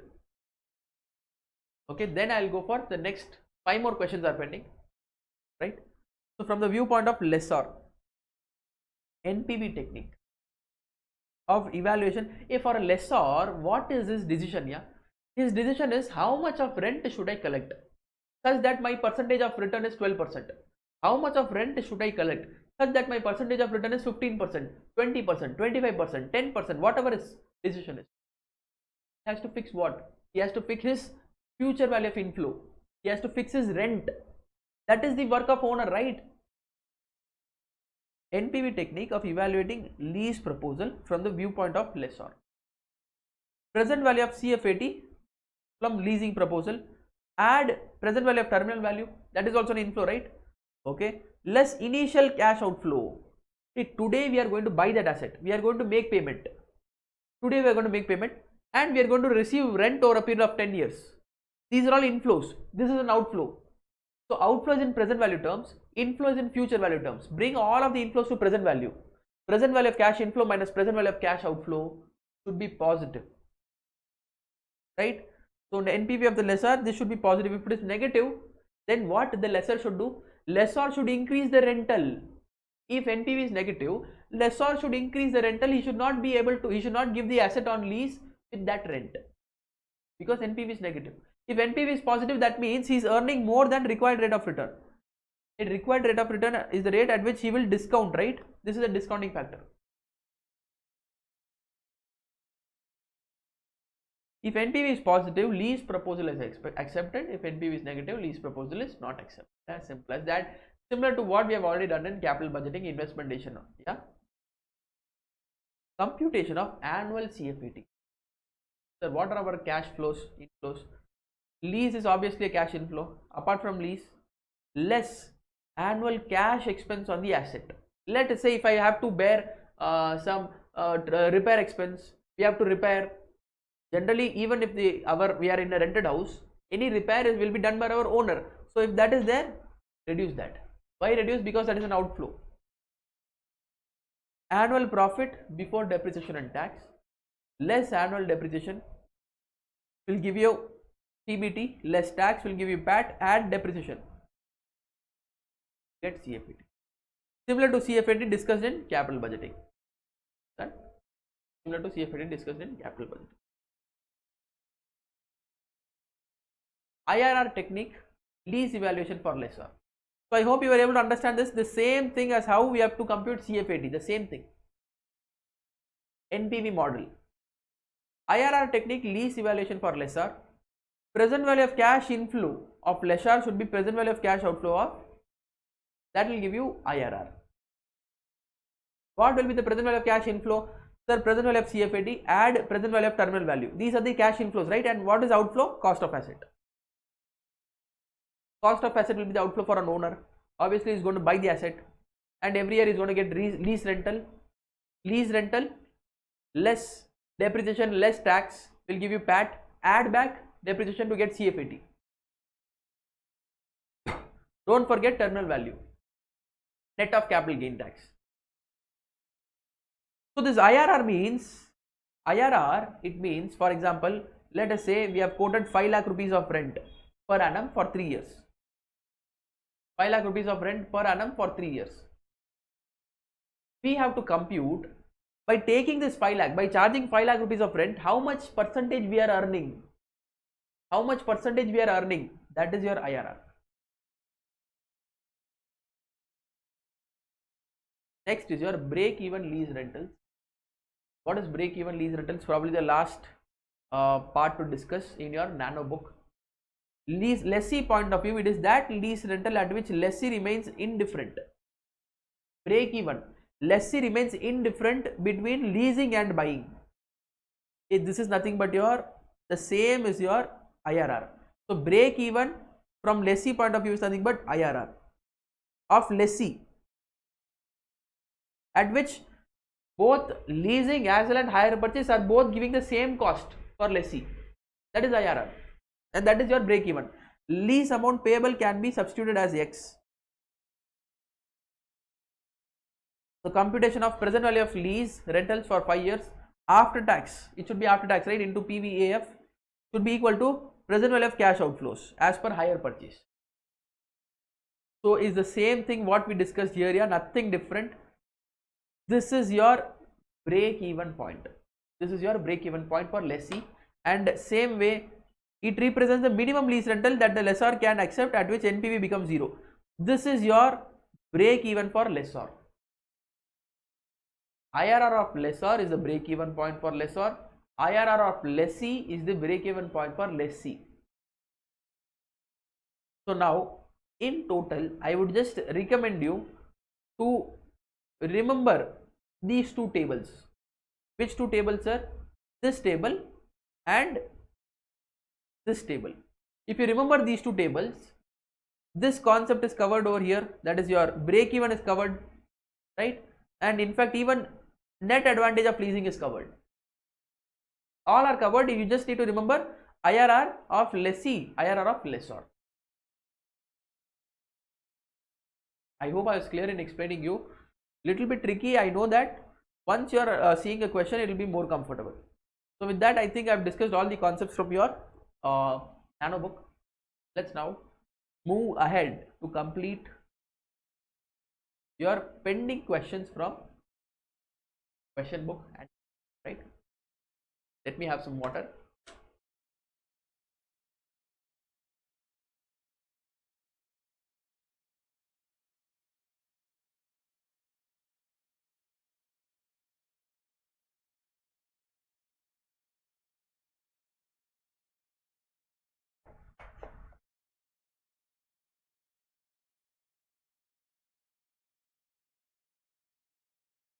Okay, thank you for me.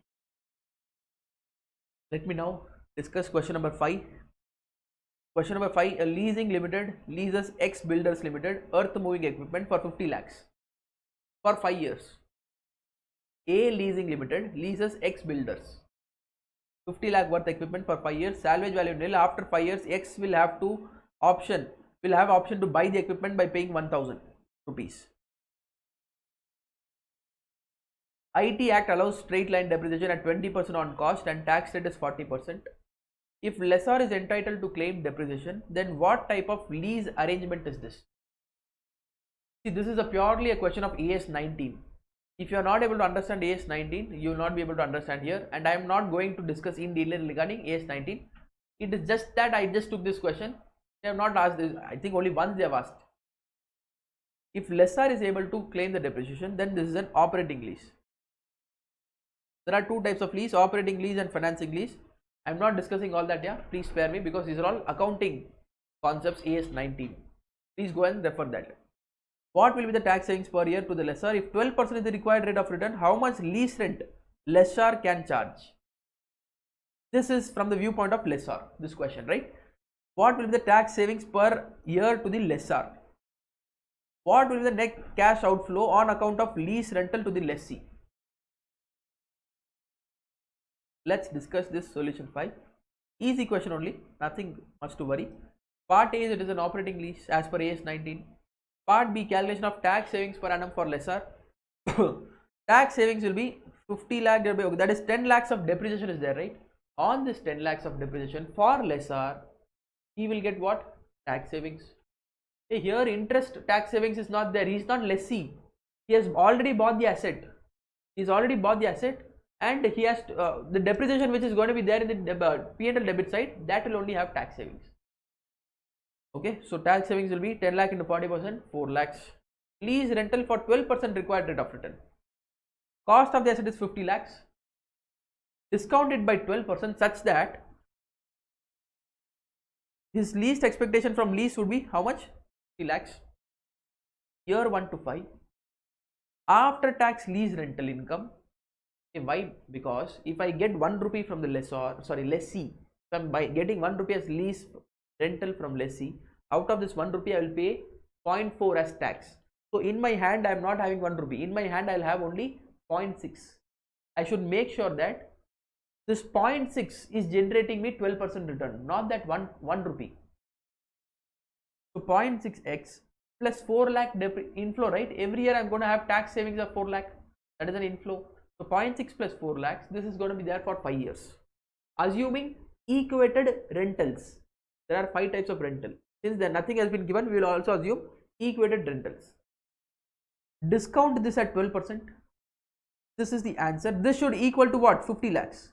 If this is equal to 50 lakh, that means our IRR is 12%. That means our internal rate of return is 12%. That means we have got a return of 12%. So equating this to 50 lakhs, X is coming to 16 lakh 47,407. To understand even better, 16 lakh 47,407 into 1 minus 0.4. In our hand, every year we will get how much? Sir, every year we are getting 9 lakh 88,445. This will be the cash outflow for lessee. The same is the cash inflow for lessor, right? The cash outflow for lessee is the cash inflow for lessor.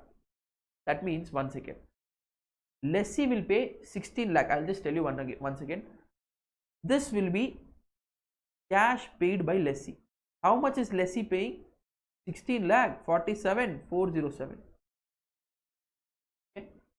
Now the 16 lakh 47,407 lessor is receiving from lessee. I am bifurcating this into two: lessee point of view, lessor point of view.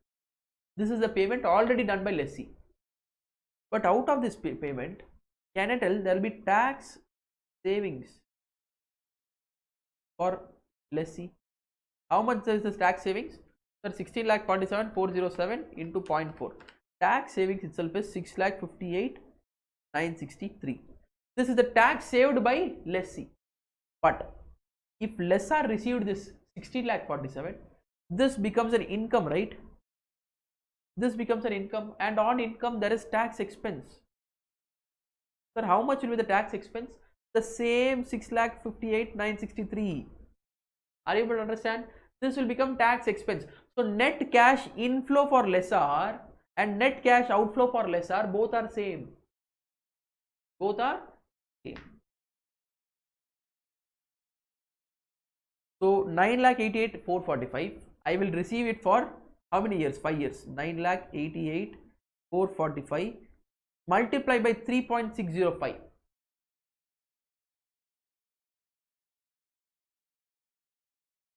Oh, sorry, 9,88,445 plus 4 lakhs, right? Why 4 lakhs? Because there is depreciation tax saving, right? So 9,88,445 plus 4 lakhs. This is 13,88,445. I will receive this amount for 5 years. 5 years, but these are in future value. Bring it to the present value. To bring it to the present value, multiply with 3.604. So into 3.604, we are getting the same answer, 50 lakhs. Exactly 50 lakhs. Calculate in your calculator. It's not exactly 50 lakhs. There is some rounding of difference. But yes, obviously if you take more than 3 decimals here, it will exactly round off to 50. I hope you are able to understand this lessor's point of view. Little tricky but easy to understand. Once you have understood, it's very simple. You can let me know if there is any doubt, okay?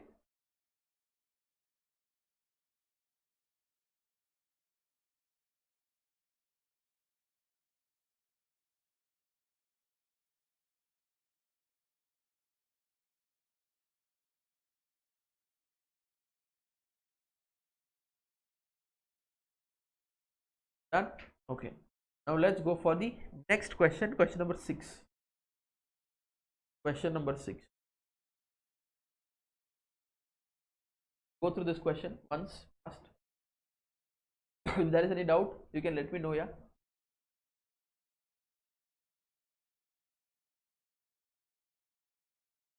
Question number 6. ABC is in the manufacturing of aluminum components. It wants to expand, for which it needs additional machine. Firm can either buy or take the machine on lease. Can either buy the machine or take the machine on lease. The machine can be purchased for rupees 30 lakhs. Cost of the asset 30 lakhs. It will have a useful life for 5 years with residual value of rupees 2 lakh after the expiry of 5 years. Useful life is how much? 5 years. Residual value of 2 lakhs after the expiry of 5 years. The purchase can be financed by 15% loan payable in equal installment. Equal installment they have told, and 15% will be what? 15% is the interest percentage. Yeah, this is the interest percentage. This is the interest percentage. Okay. And what else they have given?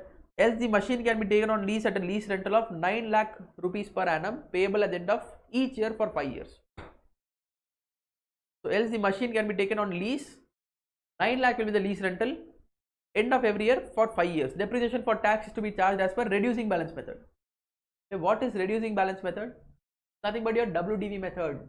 Reducing balance is nothing but your WDV. Rate of depreciation is 25%. Maintenance expense of the machine is 50,000 per annum, and the expenditure is to be borne by the lessee. Who is going to bear maintenance expense? Lessee. So which option is better, lease or buy? Clearly demonstrate cash flow analysis and other workings. Okay, so both the cases, lease or buy, are from the viewpoint of lessee only, right? If the lessee is buying and using the asset, even then you will have to pay 50,000 of maintenance expense. If the lessee is getting it on rent, even then you will have to pay the same 50,000. So it is indifferent. If you want, you can ignore this 50,000. I hope you were able to understand. Only if it is lessor who is bearing maintenance expense, in that case now it is different. If it is lessor who is bearing the maintenance expense, then in lease option you will not have maintenance expense, but in borrow and buy you will have maintenance expense. Okay. So life, interest, tax, discounting factor is nothing but interest, that is KD. KD equals interest into 1 minus tax, because there is no other percentage given in the question. Depreciation 25%, WDV, lease amount 9 lakhs. So option 1 is leasing, 9 lakhs, tax savings on lease 40%, 3 lakh 60, net lease payable 5 lakh 40, cumulative discounting factor of 9% for 5 years 3.89, multiply 5 lakh 40 with 3.89, 21 lakh 600 is your outflow. Who are you? Lessee. There is no lessor in this question. It's only from the lessee's point of view. Don't get confused. There is nothing regarding lessor. You have to find out, should you go for leasing or should you go for borrow and buy? The same thing which you have been discussing from the beginning. Equated annual installment. You can just use this formula. Find out equated annual installment is coming to 8,94,988. Opening into 15% will give you interest. Installment minus interest will give you principal, and opening balance minus principal will give you closing balance. The same thing, it should end up in 0. Depreciation calculate based on WDV, 25% of WDV. So 7,11,000 is the book value, salvage value is 2 lakhs. On this 5,11,000, 40% will be the tax savings. This will be there only at the end of 5th year, not all years, only at the end of 5th year. It's the same thing here, nothing different here. Okay, we shall ignore maintenance expense because it is applicable under both the options. Very important. See, lessee, even if he is taking on lease, he will have to maintain that particular by giving 50,000 rupees. Or if he is borrowing and buying the asset, he is only using it, right? In that case also he has to pay 50,000 of maintenance expense. So both are same, hence we have ignored it. Sir, I want to take that, I want to consider. Okay, you consider, you will get the same answer only. Even if you consider, you will get the same answer. Better to consider, yeah. Don't get confused. If you are getting confused, you consider, the answer will be the same. The amount will not be the same, but which option is better, that will be the same, because amount will be differing. Okay, the rest of the things are very similar to whatever we have discussed already. I hope you all are there still. Just give me 10 or 15 more minutes, we will be done with this chapter also. In fact, this entire unit 1 of your CMA final SFM done. So question number 7, let's discuss question number. ABC Limited is contemplating have an access to a machine for a period of 5 years. Company have the use of the machine for a stipulated period through leasing arrangement. For the requisite amount can be borrowed to buy the machine. In case the leasing company received a proposal to pay annual end of the year 2.4 lakhs. So lease rental is going to be 2.4 lakhs for 5 years. In case of purchase, 10 lakhs cost, 12% is the interest rate, 5 years, equal installment, each installment becoming due at the beginning of each year. Installment is due at the beginning of each year. That means 0, 1, 2, 3, 4. 0, 1, 2, 3, 4. It's not 1, 2, 3, 4, 5. Please remember that. And for 0 year, present value is 1. It's not 0.909 or anything else. It is estimated that the machine can be sold for 2 lakhs salvage value. Company uses straight line method. So we are not bothered about tax savings or tax loss on capital gain or capital loss. Corporate tax rate is 30%. Post tax cost of capital is 10%. They have given KO. This is your discounting factor. This is your interest percentage. Both are different. Both are used differently, right? Whether the machine should be bought or taken on lease. So the first part is nothing but the same thing which we have already learned in all the other questions. Leasing or buying, borrow and buy. So that is it. Second question is different. Analyze the financial viability from the viewpoint of lessor. You have to analyze from viewpoint of lessor, assuming 12% post-tax cost of capital. So lessor wants 12% return. Lessor wants 12% return. This is your discounting factor. So they have given you 10% PV factor, 12% PV factor for all the 5 years. You have to use this only. It's an examination question, past examination question.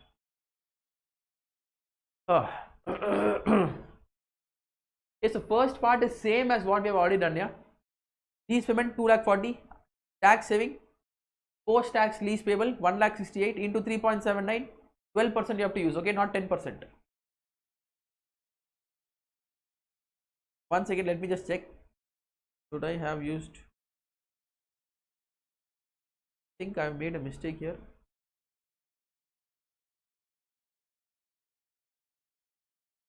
I have made a mistake here. This should have been 10%.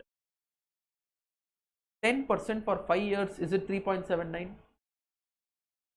I made a mistake there because 12% is only interest rate, not discounting factor. So 0.909 plus 0.826 plus 0.751 plus 0.683 plus 0.621, 3.79. So the only thing is I have typed it wrong over there. Okay, I have typed it wrong over here. It is 10% only. It's 10% only. Done. Same way, do it for this also. Calculate interest, your installment. Installment is very different here because here PVAF of 12% for 4 years plus 1 plus 1. Don't forget this plus 1 because installment is at the beginning of each year, not at the end of each year. 10 lakhs. Okay, so 2,47,000, 647 is your installment. You will have tax savings on interest also, right? So compute interest, compute. See, in this question, one thing unique which I have done is presented everything in one table. How, sir? Year 0, 1, 2, 3, 4, 5. Whenever there is installment beginning of the year 0. Do not forget this. Yeah, very important. If you are forgetting this, you are gone. You will be stuck up over there, and that is the moment when you will be scared of the exam itself. If you are not able to understand all this. Today itself we are going to pay how much? 2,47,000 installment, right? That entire 2,47,000 is principal only. I borrowed today, I paid now itself. Will there be any interest? No. So principal interest is 0 here. Same way, loan outstanding at the end of 5th year. The beginning of 5th year it will be 0 already. But you will have depreciation even at the end of 5th year because depreciation is year 1, 2, 3, 4, 5. Add this column, that is add interest column plus depreciation column to get total interest plus depreciation. On this only we are going to have tax shield. On interest plus depreciation only we are going to have tax shield. And installment minus tax savings also I have done it here itself. So everything in one table can also be solved. The only thing is you will have to manage the space properly, you will have to present it properly. I don't think in the portrait mode it will be possible, you will have to take landscape in examination. Okay. So this is your outflow. Now everything is very simple, yeah. Also don't forget to have scrap value at the end of 5th year was how much? Scrap value, I think there was some scrap value, right? 40,000 is what? Is it? Or scrap value 40,000?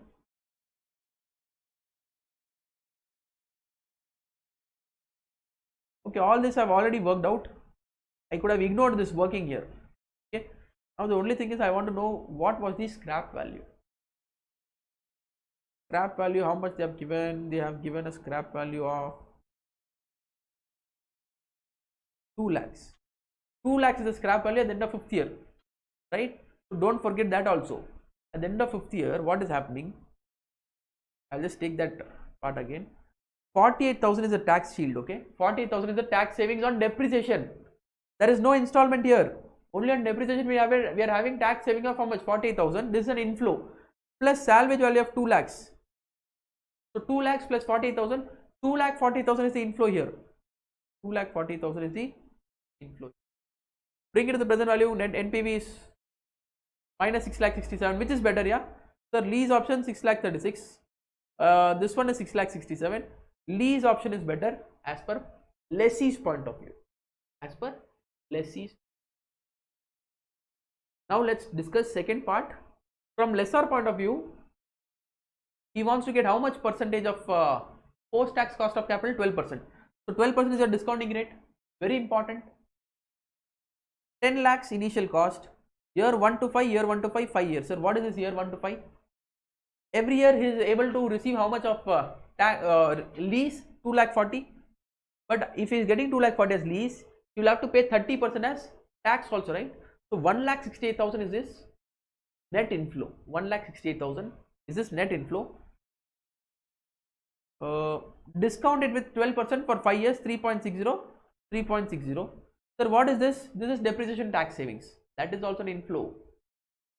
See, I'll take you to again to the nano book. All these I've done here. All these I've written it here.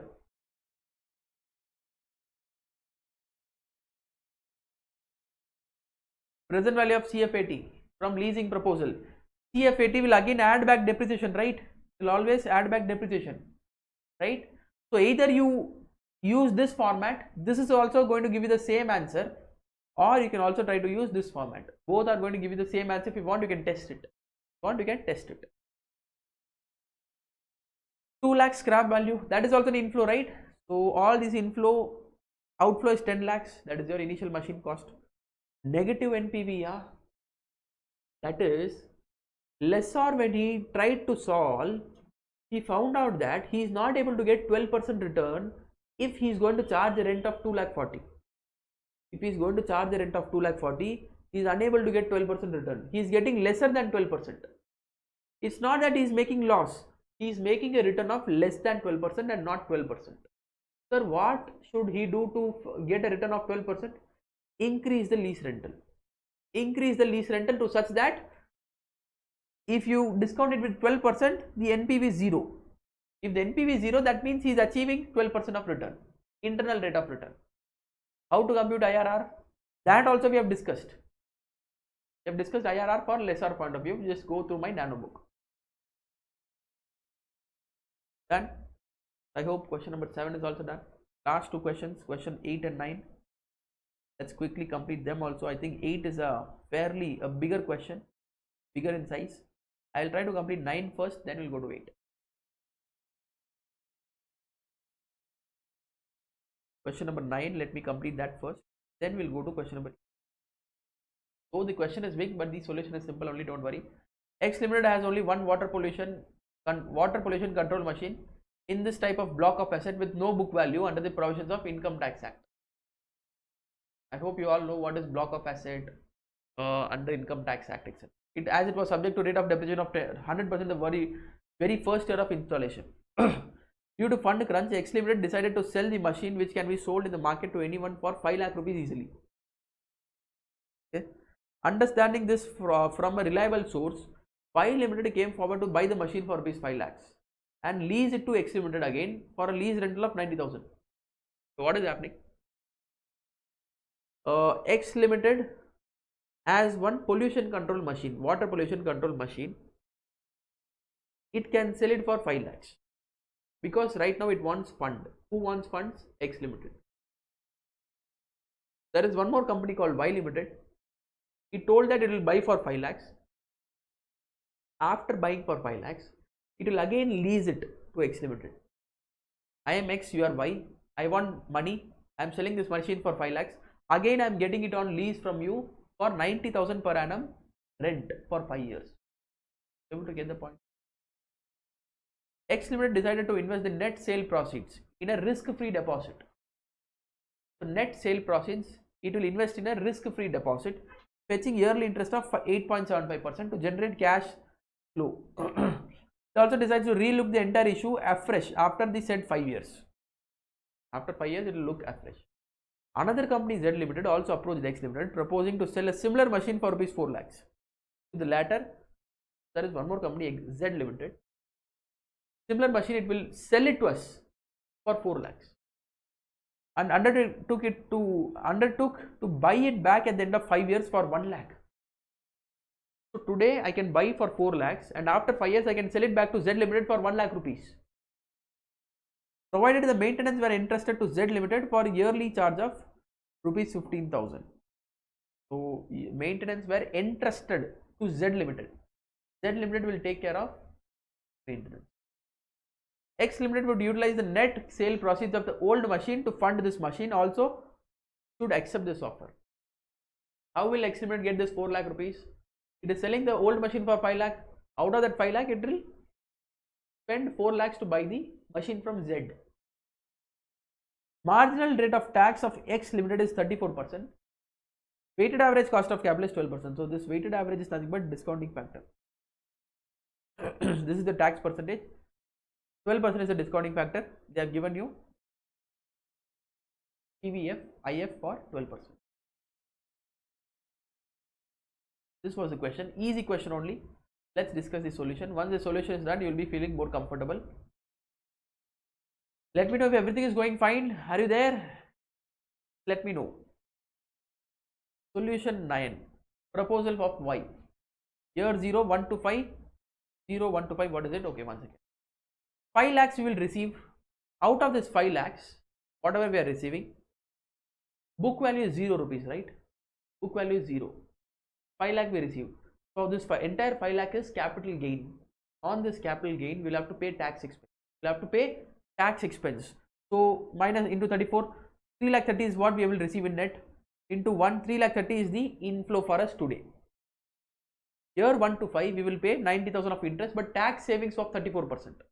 So outflow will be only 59,400 into 3.605, 5 years, 12% PVAF, 2 lakh 14, right?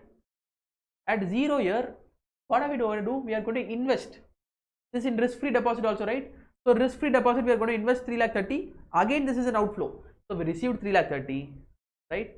And we again spent it on deposit. On this 3 lakh 30, I will get 8.75% as interest. Interest is an inflow. On this inflow, we will have to pay tax also, right?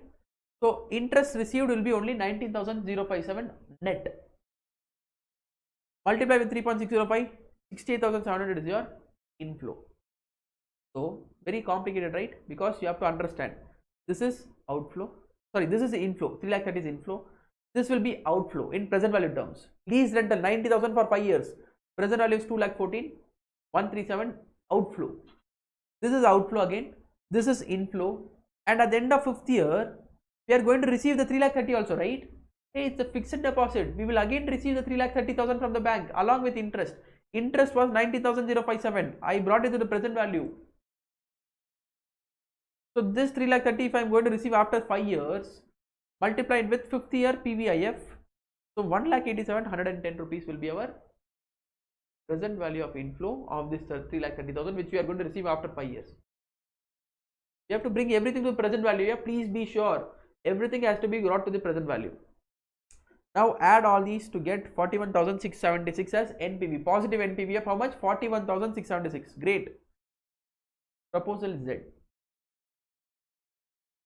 Proposal Z. Thank you for replying. Cfpt is 3,30,000. 1 year 3,30,000. Sir, how 3,30,000? We have received 3,30,000 only, right? Here itself we have computed here. Already we have computed 3,30,000. Buying will be 4 lakhs. So this is an outflow. 3,35,000 inflow, 4 lakh is outflow. On this 4 lakh, we will receive tax savings on depreciation in year 1 itself. Because in the question they have specified that we will get tax savings on depreciation in the first year itself, 100% tax saving. So first year itself we will have to multiply it with the first year PVIF 0.893. So this will be what? This will be our tax savings on depreciation. Inflow, this is an inflow, this is an outflow, this is an inflow. Apart from that, 15,000 we have to bear maintenance expense, right? Here in this proposal, why was bearing maintenance expense? Because lessor is bearing maintenance expense, not lessee. But here we are becoming the owner, right? We are buying it for 4 lakhs. So don't forget to include maintenance expense cost. This is an outflow, but tax savings is there. So minus 34%. This will be our net outflow after tax maintenance expense into. So this will be our net outflow. And after 5 years, we will receive 1 lakh. On this 1 lakh, 34% will be tax expense, because 1 lakh entirely is our capital gain. WDV, book value is 0, sold it for 1 lakh. 1 lakh is entirely our capital gain. So 37,422, 53,182 say NPV. Go for proposal Z, which is giving you higher inflow. Very good question. I hope you were able to understand it clearly. You have to reduce tax savings, you have to reduce, see, wherever it is outflow, please don't forget to put it in negative. Wherever it is inflow, put it in positive. That is the crux of this particular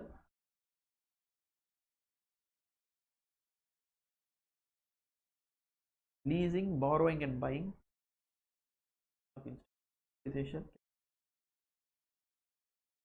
SR's point of view. Okay, even question number 8 is a homework for you. You can try to solve it. The same question, yeah, I've discussed everything already.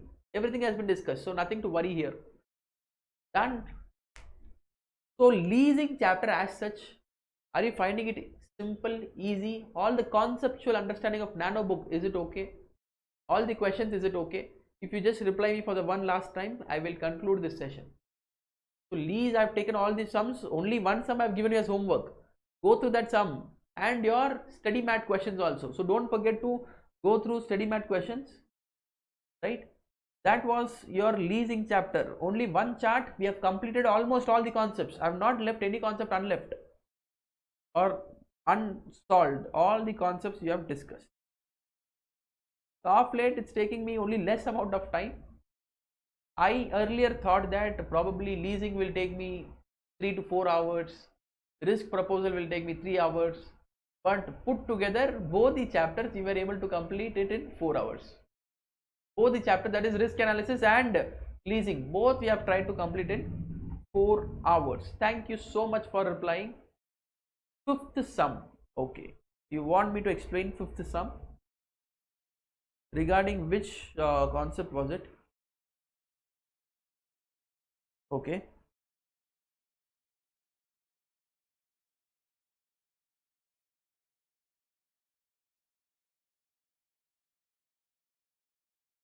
Question number 5.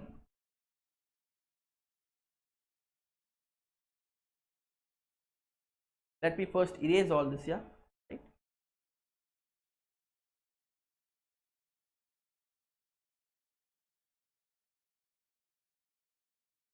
So fifth sum alone I will take it because there is a doubt asked for fifth question. If you understood fifth question, you can stop watching the lecture. If you have not understood, just watch the lecture now. Part A, I am not explaining because it's very simple. It's an operating lease. You will understand only if you are knowing AS 19. Part B, tax benefit of depreciation on depreciation for 4 lakhs. Okay. So I think it's only like part C where you might find it difficult, right? Part C and part D probably.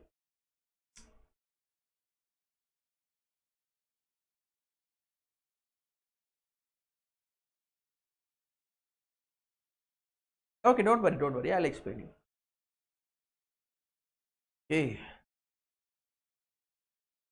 So 50 lakhs is the machine, 5 years they are going to lease. Who is going to lease? A company to X company. After 5 years, X can buy it for 1000 rupees. SLM based on depreciation, 20% on cost, tax rate 40%. If 12% is the required rate of return, how much lease rent lessor can charge? 12% is the required rate of return for whom? Lessor. How much would be the lease rent lessor should charge if he wants 12%? So can I tell? One second, let me go to the solution.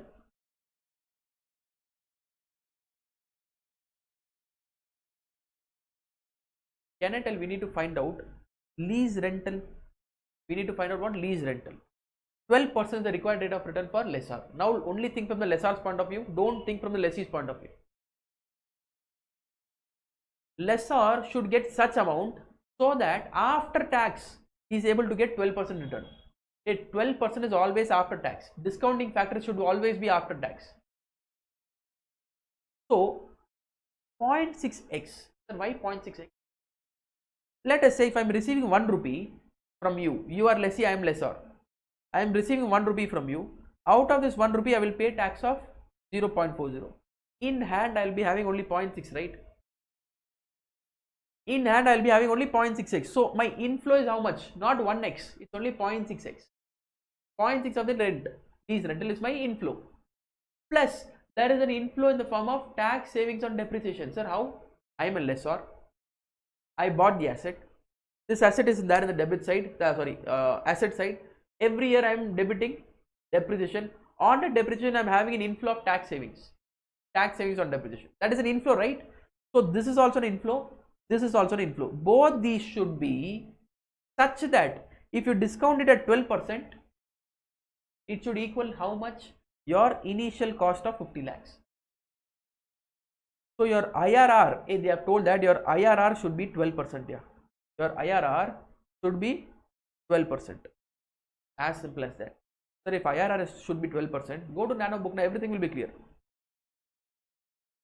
If IRR should be 12%, that is present value of Cfpt add terminal value should be equal to cost of asset. Can I tell? This is nothing but my present value of cash flow after tax. Present value of Cfpt only, right? This should be equal to what? Cost of asset. So that now 16,47,000 is coming. If you receive 16,47,407 from the lessee, you are lessee, right? I am receiving how much from you?